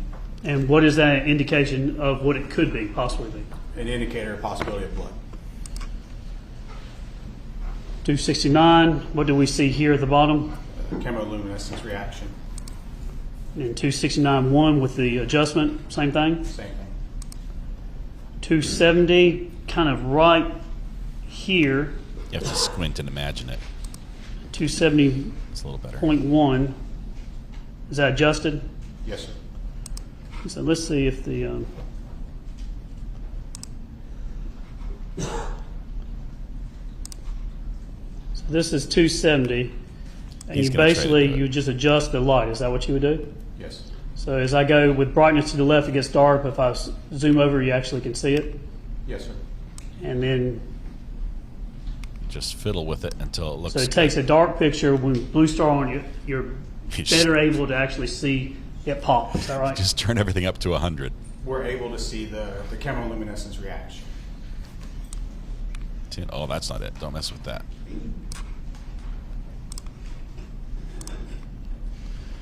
Where were we? And basically, what I just did there is what you do with these photographs. Yes, sir. 400 hours of training. We use the Windows 270, free software. 270.1, same thing, adjusted, unadjusted, adjusted. Correct. 271, 271.1, 272, 272.1, 73.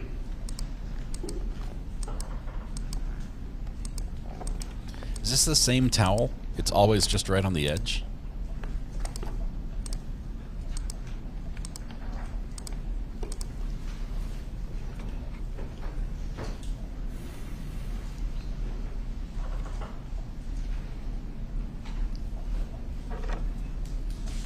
Or they only tested the very edge of the towel?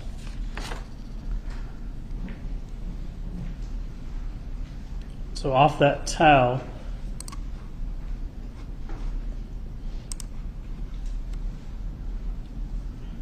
he has some illumination from Blue Star. Did you process the RTV, the tractor, the shoes, the shirt, the floor in the house,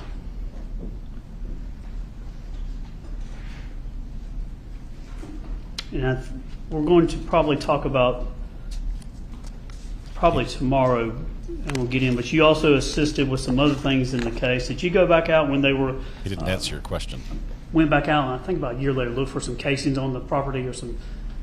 There was a shooting range or something like that on the property. Did you go back out and help with that? Yes, sir.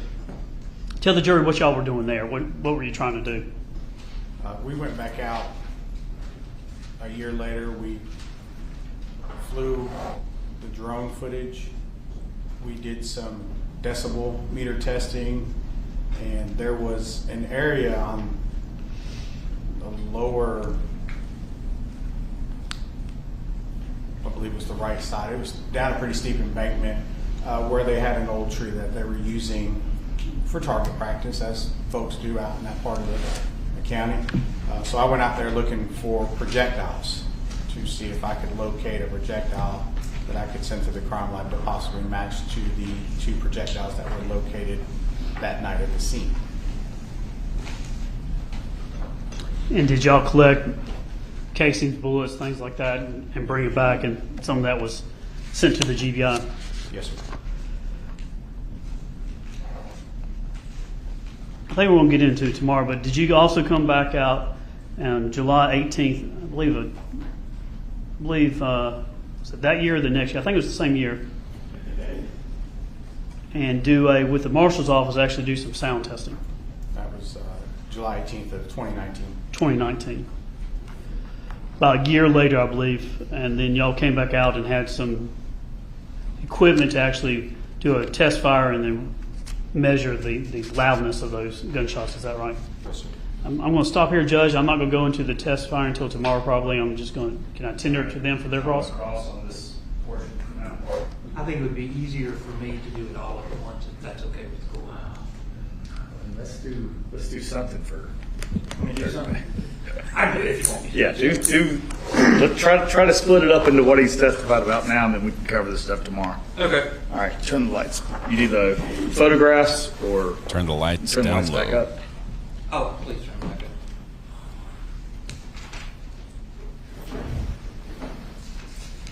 You don't need to stretch long.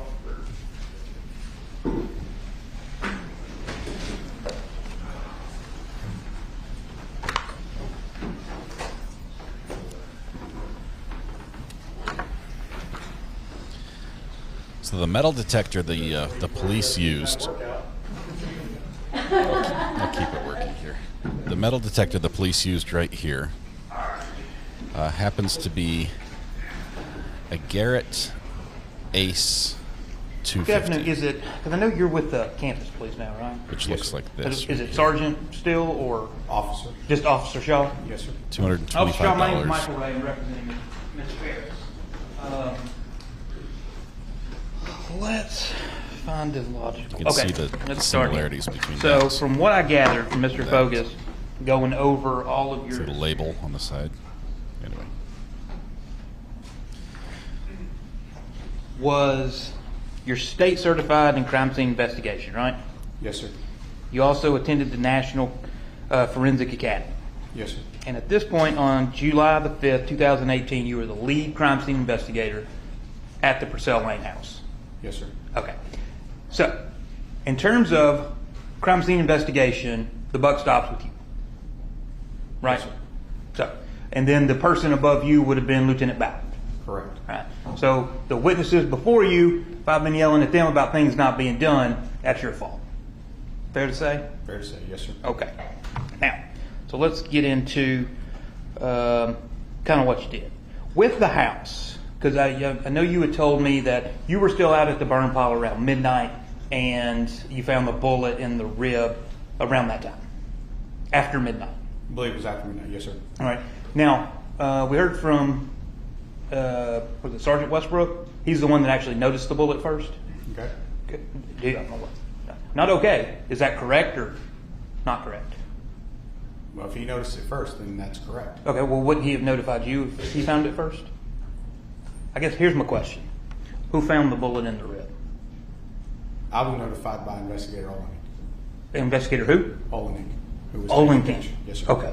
it's getting spicy. So he told you, and then that's when you would have called Lieutenant Ballard, I'm assuming, or somebody. Yes, sir. All right. And that would have been presumably into July the 5th.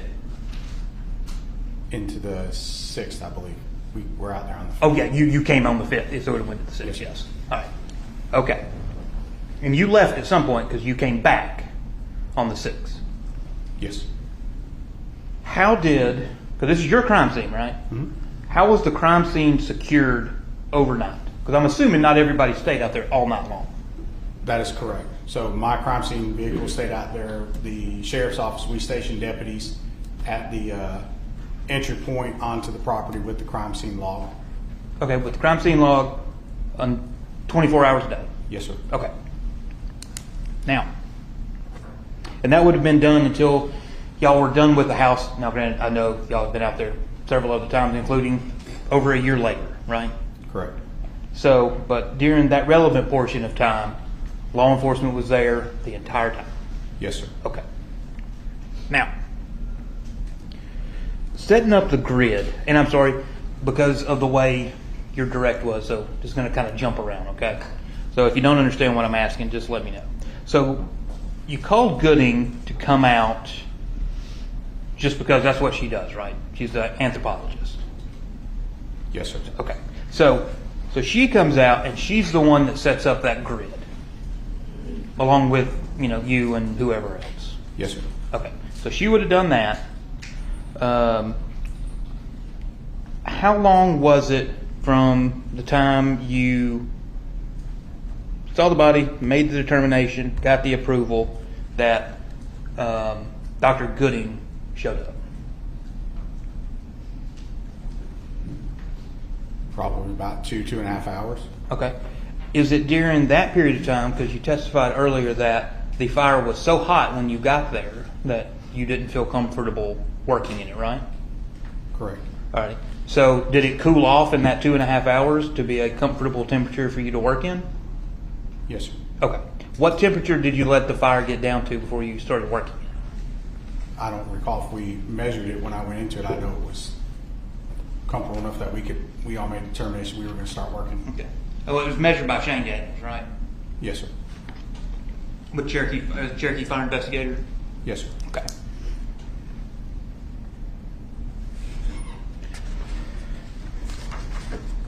When you were out at the scene or at the burn pile, you're looking at the remains. Did at any point, did you touch any of the remains? Did you disturb any of the remains? I did not. Did any of the other investigators, as far as you know, touch or disturb any of the remains? From the time I arrived on the scene, no one touched the remains until Dr. Gooding arrived. Okay. So if Dr. Gooding comes and testifies, and she was like, this is where we found this is where we found this is where we found this, then that is where it was, at least when you got there. That is correct. Okay. Have you heard anything about anybody moving anything around prior to you getting there? I was not made aware of anything. Okay.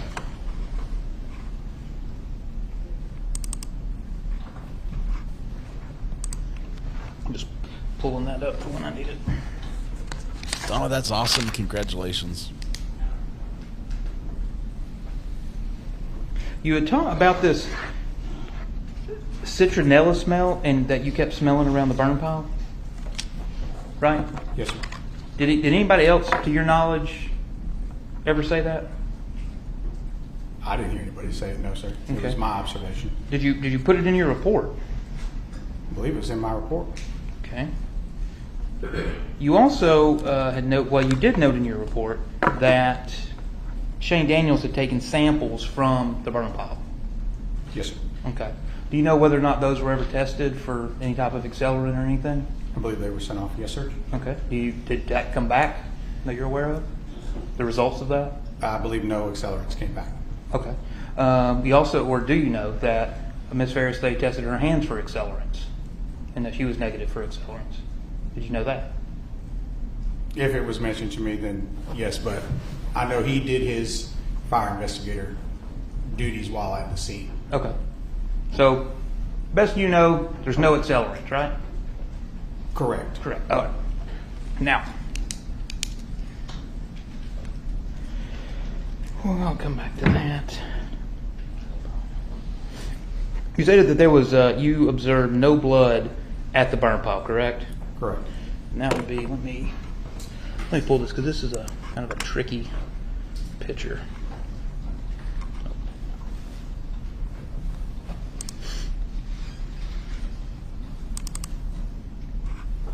So this is actually a photograph. The house is to your back, right? Yes, sir. Right. And so going from the house down to the burn pile, it's somewhat sloped, right? Correct. So you didn't observe any blood going from the house down to the burn pile, right? I did not know, sir. Okay. And you didn't observe any blood anywhere around the burn pile, right? Correct. Okay.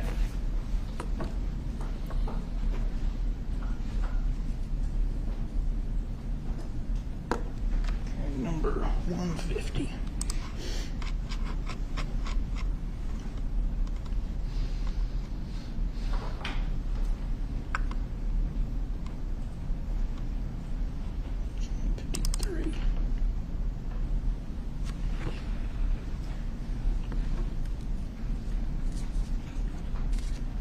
Okay. So that is what you had originally referred to, or some of the investigators referred to as the eraser. Yes, sir. That looked like an eraser. All right. When that was taken, did Dr. Gooding or the coroner take that into evidence? The coroner took the remains into evidence. Okay, so Dr. Gooding got them from the pit, contained them somehow, and the coroner then took custody of it? The remains were cataloged in white disaster bags so that the coroner could seal those and take those with her. Okay.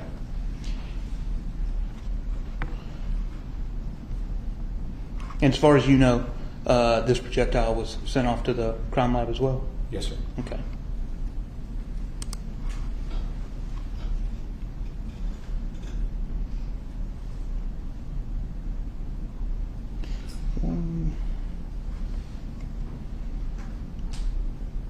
Bear with me, this thing scrolls kind of fast. So did, going back to 174, Mr. Fogus had asked you about the tire pattern here in 174, 175, 176, 177. Any imprints or anything done on that? Or did you take any imprints of that, or did you just take photographs of it? What do you mean by imprints, sir? I don't know, like if you see Bigfoot walking around, you know, like make a cast of it, something so you can compare it to other things later. Bingo. No, I did not cast that at the scene. Okay.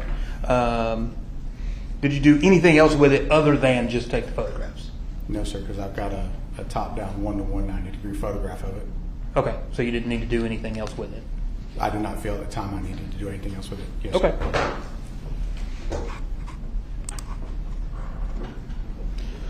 Just since it's the order of the photograph, so that'll just make it the least confusing. So this red shirt, I understand you did not find the red shirt, right? Correct. All right. Do you know where the red shirt was found? I know it was in the house, sir. Okay. You don't know where in the house? No, sir. Okay. What size was the shirt? Was it hers? Do you know where the blood, because this was 190, was your test of the blood? What location on the shirt did you use your test? You'll go back to the picture with the OB ABFO square. That's where we tested.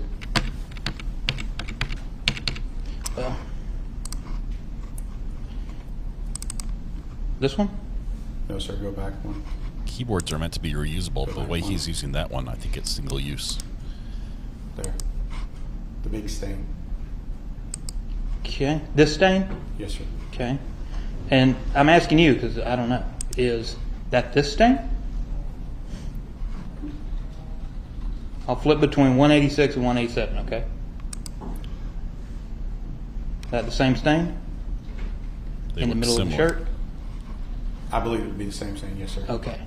So if we go back to the whole shirt, we can get to it. So it's kind of right here, the right hand side, almost directly below the logo. Fair enough? On the left hand side, yes, sir. Okay. And that's what your testimony to this jury is, that tested positive as being blood. They feel presumptive, yes. Okay. Feel presumptive for Yes, blood. sir. Okay. For mammalian blood. Yes. Yes, Yes. sir. And are you aware that this shirt was sent to the crime lab? Yes, sir. Okay. Are you aware that the test came back for this shirt? I know they did get test results back. Okay. Do you have any indication of what those test results were? I've been through several of them, so I don't recall right off the top of my head. No, Okay, sir. that's fine. We've got those people will come in later.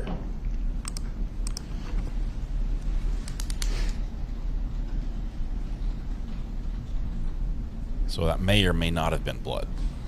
Test presumptive positive was yes. So the next thing with these shoes, I believe didn't you try to do a test on these shoes and it was negative? One shoe did test. One shoe did show negative, and one did show positive. Okay. And Are they blue or green? one of them was Or gray or also green? sent to the crime lab as well, right? Yes. Okay. And on stage 209, at the top on the right-hand side of the shoe, that's the spot where you tested? Yes, the biggest stain. Yes, sir. Okay.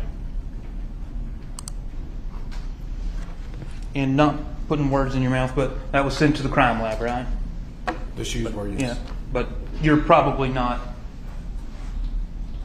been enlightened as to what the results were on that inquiry. I do know the ones that we tested in the lab did not come back. They came back positive for blood, but not for Mr. Ferris. Came back with Mrs. Ferris's blood. Okay. But you don't know which shoe that refers to, right? The whoa. The ones in 209. Right here? This one? Yes, sir. Those are the ones that we tested in the lab. Okay, so you tested that, the 209, we'll just call those the blue Nikes. So that had Miss Ferris's blood on it. I believe that's what the report said. I was made aware of that. Okay, you didn't do the testing. I did the field presumptive testing in our lab, but we sent it down to the crime lab. Okay, yeah, that's what I'm talking about. Did anybody tell you what the crime lab said about it? That I believe it came back. It was not Mr. Ferris's blood. Okay, exactly. Thank you. It was All her right, now, this little spot. So I'm going to show you 213. So this little entryway between the front door and going into the dining room, there is that little spot right there. Did you field test that spot specifically? Yes, because it was a large volume. Okay, so that is what you wrote in your report. That is stain 1. Yes. Okay, so that tested positive for blood. Yes. Okay. Did you then swab that and send it to the crime lab?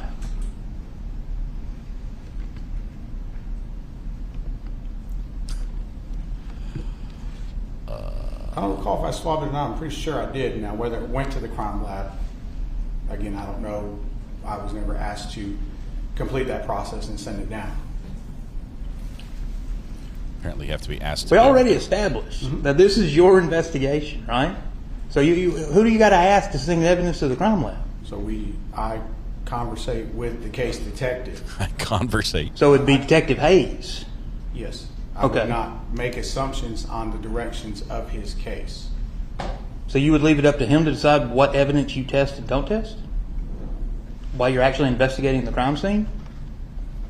The crime scene itself was already investigated. This is follow-up forensics investigation. And so No, this we would is never- this testing that you did right here, this spot, states 217, that's on July 5th or 6th. That was tested at the scene and it field presumptive tested positive for blood. And then what my question is, because your report says nothing about it, did you swab it, bag it, tag it, and send it off to the crime lab? If it is not in my report, then I did not swap it, nor did I collect it. Okay. So if it wasn't swabbed and sent to the crime lab, we have no idea whose blood that supposedly is, or even if it is actual human blood. Correct. Now, you also had talked about with Mr. Fogus, there was another stain. You called that stain 3, and it was negative, correct? Yes, sir. Then there was also what you had reported being stains 2 and 4, but they were too small for testing. Correct. Okay.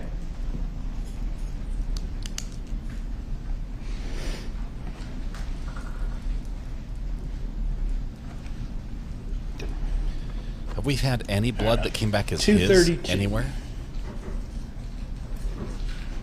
I should know this, but Because I was just confused about this. So, states 232, the ultraviolet shirt. This is still the red shirt, just under ultraviolet light. Yes, sir.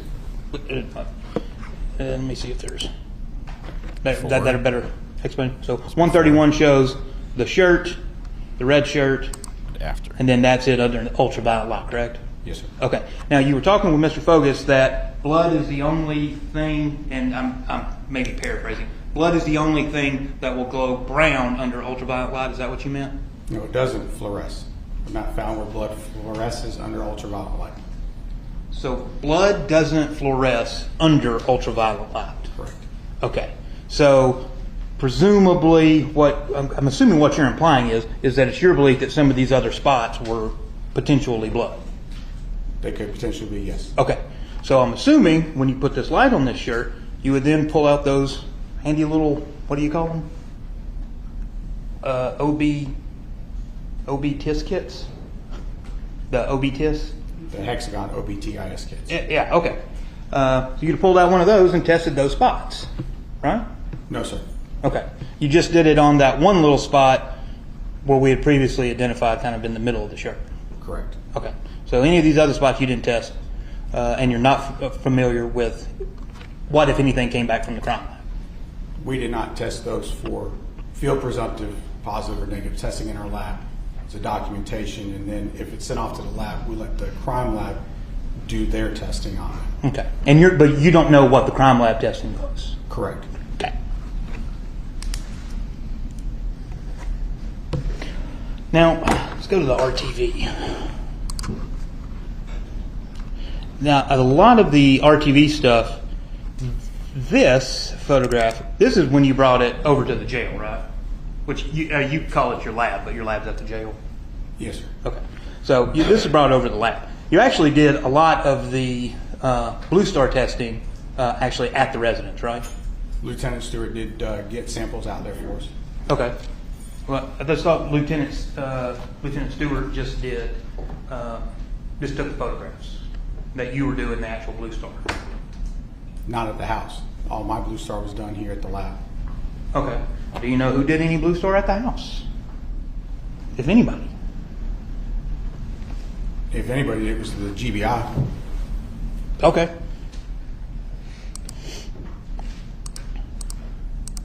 Let me ask you this, just while, because I know you had to go up the chain of command to, I'm assuming, hire Dr. Gooding to come out here to remove the remains, right? Like you had to call Ballard, Ballard had to call Captain Pinion, and Captain Pinion had to give the okay, right? Yes, sir. Okay. And somebody, I'm not 100% sure, I don't know if it was you or was it Lieutenant Ballard, made the decision to call out the GBI, Lana Coffee. Who made that call? Lieutenant Clark. Lieutenant Clark. All right. What was Lieutenant Clark's role in this? He was the persons unit lieutenant. So he would have been over. You kind of got a deep voice, so a little louder. I'm sorry, he was the persons unit commander. The persons unit? Crimes against person. Oh, crimes against person. So he was that commander, so he made the call to call out Lana Coffee.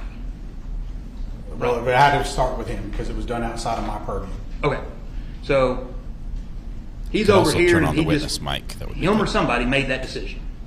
Yes, sir. They didn't ask you. Correct. All right. Even though you're the lead crime scene guy. Correct. All right.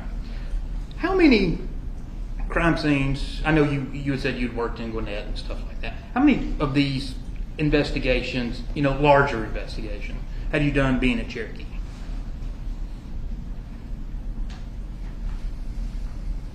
Probably a dozen or so large-scale investigations to this magnitude. Yeah, that's what I'm not talking about the little things. Have you seen the sheriff's office call out the GBI before? Yes, sir. Okay. Have you seen the sheriff's office call out the GBI to essentially conduct the investigation? Yes, sir. Okay. Do you know why the GBI was not called in to conduct this investigation? Because we could do our own. Okay. Who makes that decision? And if you don't know, you don't know. I understand if that's above your pay grade, but to the best of your knowledge, who makes that decision? To call the GBI? Yeah. Well, that would come from the command staff. The command staff? Yes, sir. Okay. All right. So, jumping into the RTV. Very condescending. With that, oh, I lost my spot. You had done some swabs on the RTV, right? Especially the L2 shifter. That was at least one swab that you had done. Actually, It's a lot of pictures there. we actually don't have. There's no photographs of the R2 shifter, at least that are in evidence.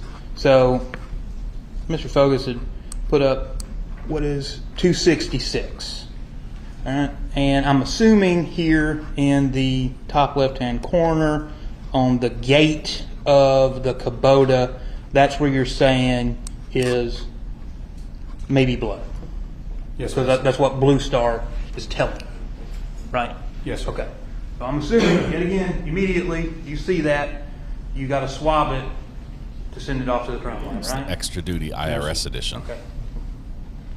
Why? Meant for hauling back taxes.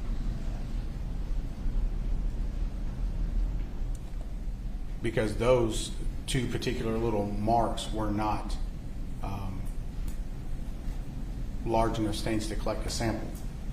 We saw the chemoluminescence over the entire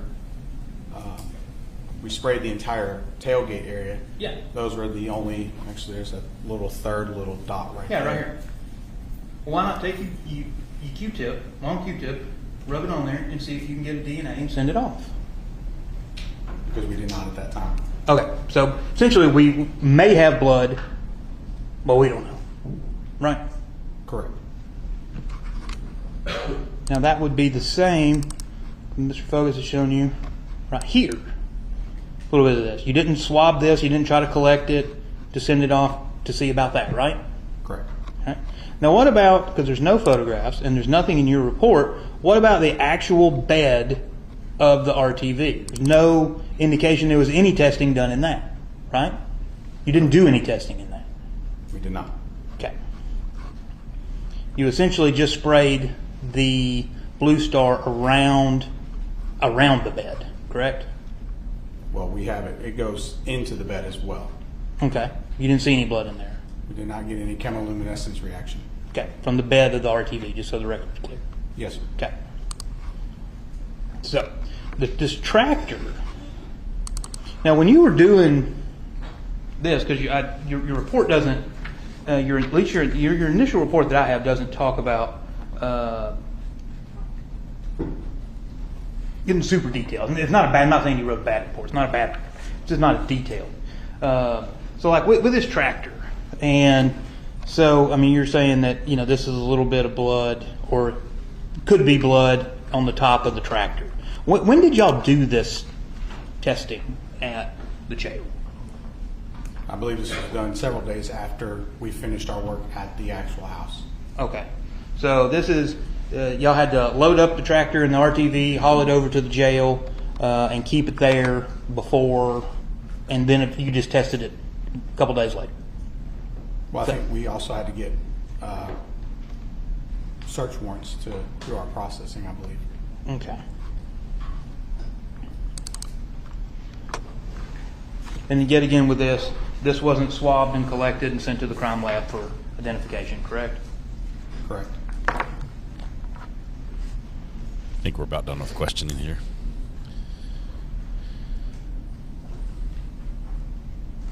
Judge, I've got probably about another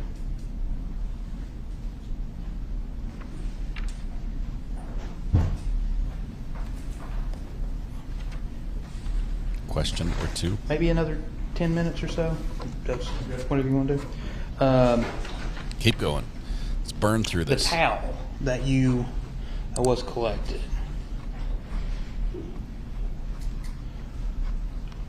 You just did the testing on this towel. You didn't locate the towel, correct? Well, I mean, it was in the back of the RTV, but yes, we tested it. Okay. And it's what your statement is that this is blood. Or is that it's presumptive for blood because of Blue Star? Okay. Now, did this go to the crime lab? This towel? I don't know if it did or not. Okay. Are you aware of any towels and hand or washcloths? I guess they actually are towels and washcloths that did make it to the crime lab? No, sir. Okay. If the crime lab tested a towel that the state believed had blood on it, it's a fairly good assumption that's the towel, isn't it? We'll go with fairly good assumption, yes, sir. Okay.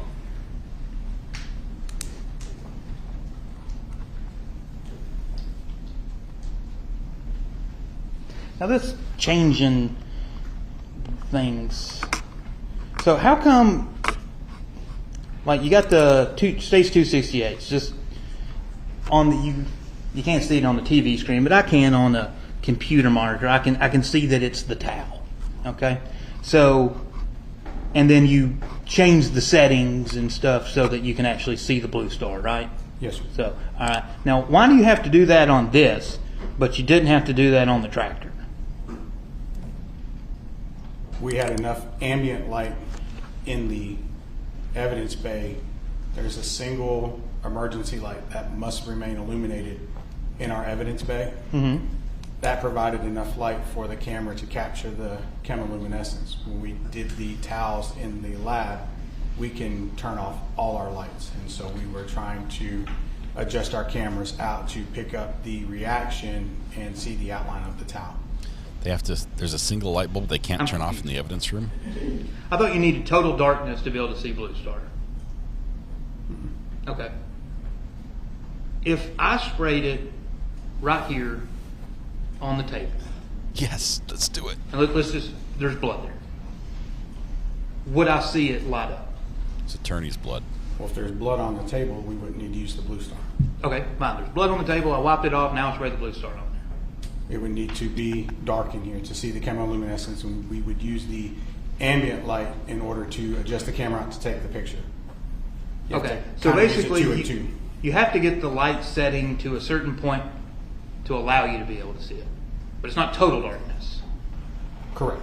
Okay. We're shooting on full manual functions on our camera. Okay, so why don't you, for some of those towel photographs, instead of manipulating the contrast and the brightness of the photograph, just take it somewhere so you can actually take a proper photograph. Because if you keep reapplying Blue Star, you'll lose the reaction. And so we have to try our best in our reaction time, because if you keep saturating the towel, you're not going to get a reaction at that point. Well, wouldn't it be a smart idea to do the testing the first time in a place where you know you have the proper light? We did in our lab. I mean, obviously not if you got to sit there and change the settings on the photograph to be able to see it. And you don't need to do it on all of them. Yeah, and what we did is acceptable. Well, I didn't ask you if it was acceptable. Moving I mean, and let's changing make it easy. It did. Well, no, because it's not in a written. You have manipulated the photograph by taking out what it actually is, so you can see something, right? Mm-hmm. You didn't object. Exactly. You didn't have to do that with the tractor because the tractor is in a proper spot to be able to see what you're trying to see, right? It has enough light to be able to see it. Yes. Okay, but you're testing the towel in a place that you're intentionally testing it there, and you can move it. I mean, it's a towel. You can pick it up, move it wherever you want to, and you can move it somewhere else so you would not have to manipulate the photograph. Correct. No, I could see the reaction in my camera, and I could see it in my lab. But we just can't see it in any of your non-manipulated photographs. Right? Like 268.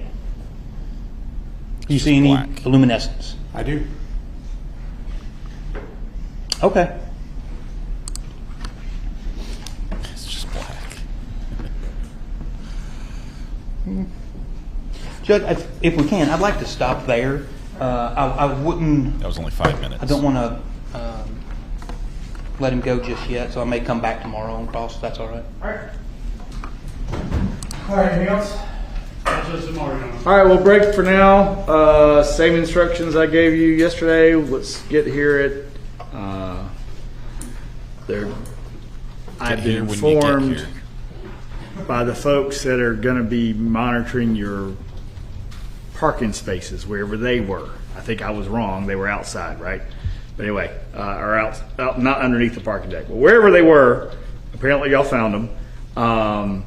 They're not going to be there before 8:30 to man it. So y'all get here between 8:30 and 8:45.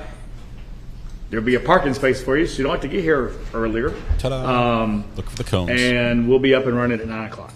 Remember, don't look up anything about the case, anyone about the case, any people, witnesses. Don't Google any terms that you have heard in the case so far. Like conversate. Don't Google anything, because you're going to find stuff about this case if you do, because it's gaining traction and you don't really want to know anything about it, or you can't know anything about it. Y'all can look all that up when we're done, and there'll be a million hits on it by then. All right, with that, anything else? All right, y'all can be excused. Okay, so we have to do a +5. I'll talk to the juror who sent me the note about I'll talk to the lawyers about it, but I have an appointment, and I need to make an appointment too, because I missed mine from last week, so I'm going to do the same day. So we may tell everybody to schedule all their things and we may take an extended lunch break that day. Right now we're looking for October 17th. If someone has an appointment that they can't change, so I'm going to schedule something that same day. 11 days away. Flu shots, everybody. Get your flu shots October 17th. See what we need to do. Can someone go to Best Buy and get a Quiet Mouse this evening and smuggle it into the courthouse in Georgia? We will post your bail if you get caught. Is that fair?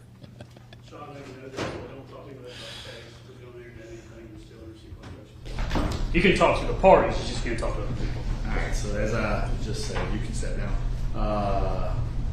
Juror has an appointment. They need to go get medications on the 17th, at noon. Like I said, I had to cancel an appointment to do the same thing, so we may take an extended lunch break that day, and everyone else can schedule their appointments. All right, anything else we need to take up before we break? That's not going to. All right, I'll see y'all in the morning. All right, and we're done. All right, that was fun. That was a lot of fun. The investigation, it wasn't terrible. Okay, in spite of what the defense is trying to present, it wasn't terrible.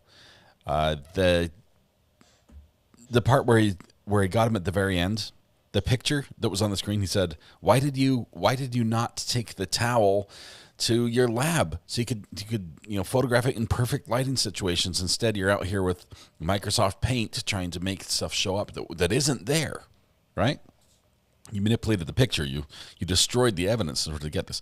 The picture he had on the screen that the jury was looking at that time when he was talking about this was right here. Boom. It's like, this is your photo. This is your photo, and yeah, you can drag sliders around stuff and make stuff appear that is not there right now. But why not just do it right the first time? Mathis, I'm making progress with my music video, but the tools are annoying. They are. Try dragging the slider all the way up to 100, Mathis. That's what they do in this court, and it works. It seems to work. Just change the brightness up to 100. Defense had good questions. They did. It got a little spicy. Who's winning? Right now, the defendant, because there's no evidence to say that she's guilty. The one blood test that I can recall that we've heard that came back was blood on the defendant's shoes, which would have been like the smoking gun, right? This would have been the smoking gun. Get his blood on your shoes. No, it was her blood. It was her blood. If that was her blood, and all this other blood was detected and said it was blood, but was not tested, reasonably, we could say that's her blood too. Buck Duggar says, "Please, sir, please take the plea. We need to keep watching this trial." It could happen. She's got a week to think it over. And Sarah, if you're watching this, I hate to break it to you, but the odds of you winning this case are very, very low. It's just, the case against you, the suit case against you is huge. The evidence is compelling.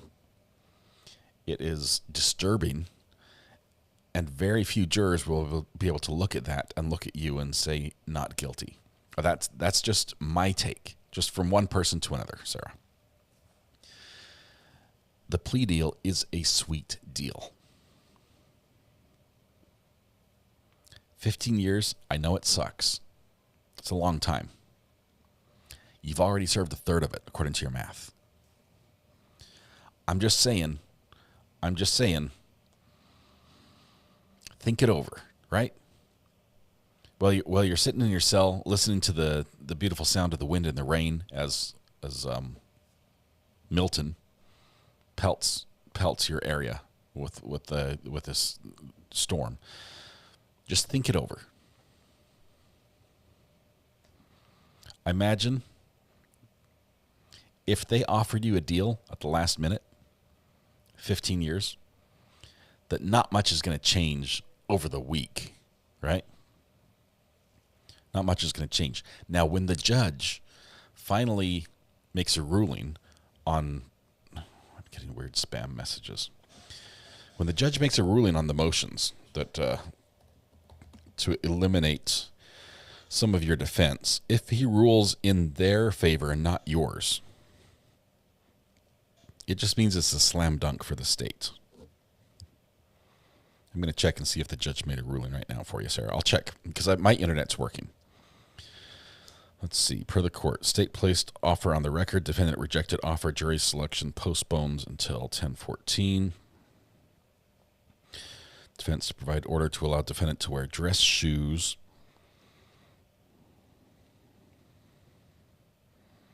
Yeah, we've got this motion in limine. When the judge rules on that, oh wait, notice of supplemental discovery.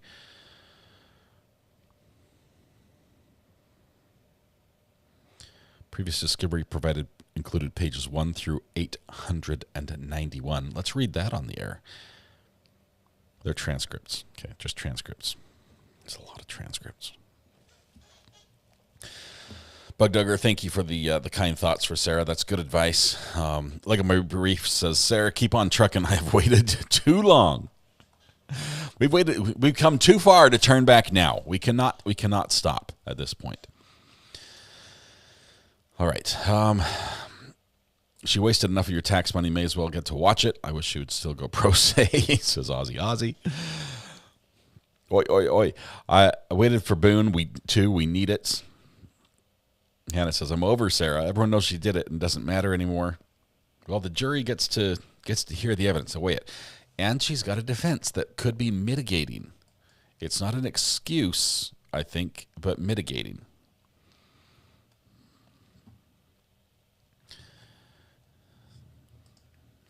Do a poll. We might do a poll tomorrow. How about that? Let's do a poll. Tomorrow is Wednesday, midweek, which is hump day. So there's going to be a hump day cheer in the morning. We're also going to sing happy birthday to everybody, which is going to be great because that's what we do. Tomorrow's going to be fun. I'm excited. I'm loving this trial. I'm loving the pictures. We have seen much worse investigations than this one. And we've got some crazy... We've got an ex-gardener turned crime scene investigator who is back on the farm to investigate a murder. I mean, you can't make this. These lines are like written straight for a movie. It's amazing. We've got a son who has every reason to knock off the dad to get the life insurance, possibly, if that exists. A wife who's having an affair. We've got the wrong person's blood at the crime scene. A missing gun, and a smoking pile of debris, which we believe is the decedent. So all these facts will be, we'll shed a little light on that as we proceed. What time tomorrow? I think we're going to do the same, 8:45-ish. So 8:45 to 9, we're going to start. I think they start in court around 9 o'clock, at least, or 9:15, somewhere around there. But we'll be back in the morning. Tonight when you go home, please hug the people you love, smile at someone, make their day just a little bit better, and please stay safe till we go live again tomorrow morning for Hump Day. We'll do the Hump Day cheer in the morning and sing and everything else, and then we'll get started with court. So, guys, thank you very much. Please click the like button on your way out. Please also subscribe, ring the bell, get notified every time we go live, and invite a friend. It's more fun with more people. We appreciate you all. Thank you very much for our mods who worked overtime on this, mostly because of Donnie. Donnie, I'm throwing you under the bus again. It's all good. You guys have a good night. Be good to each other. We'll see you. Bye.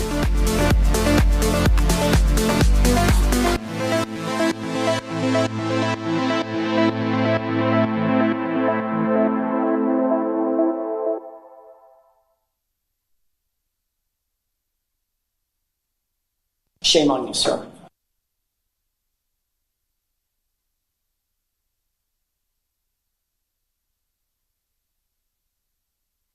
I saw a chicken fight.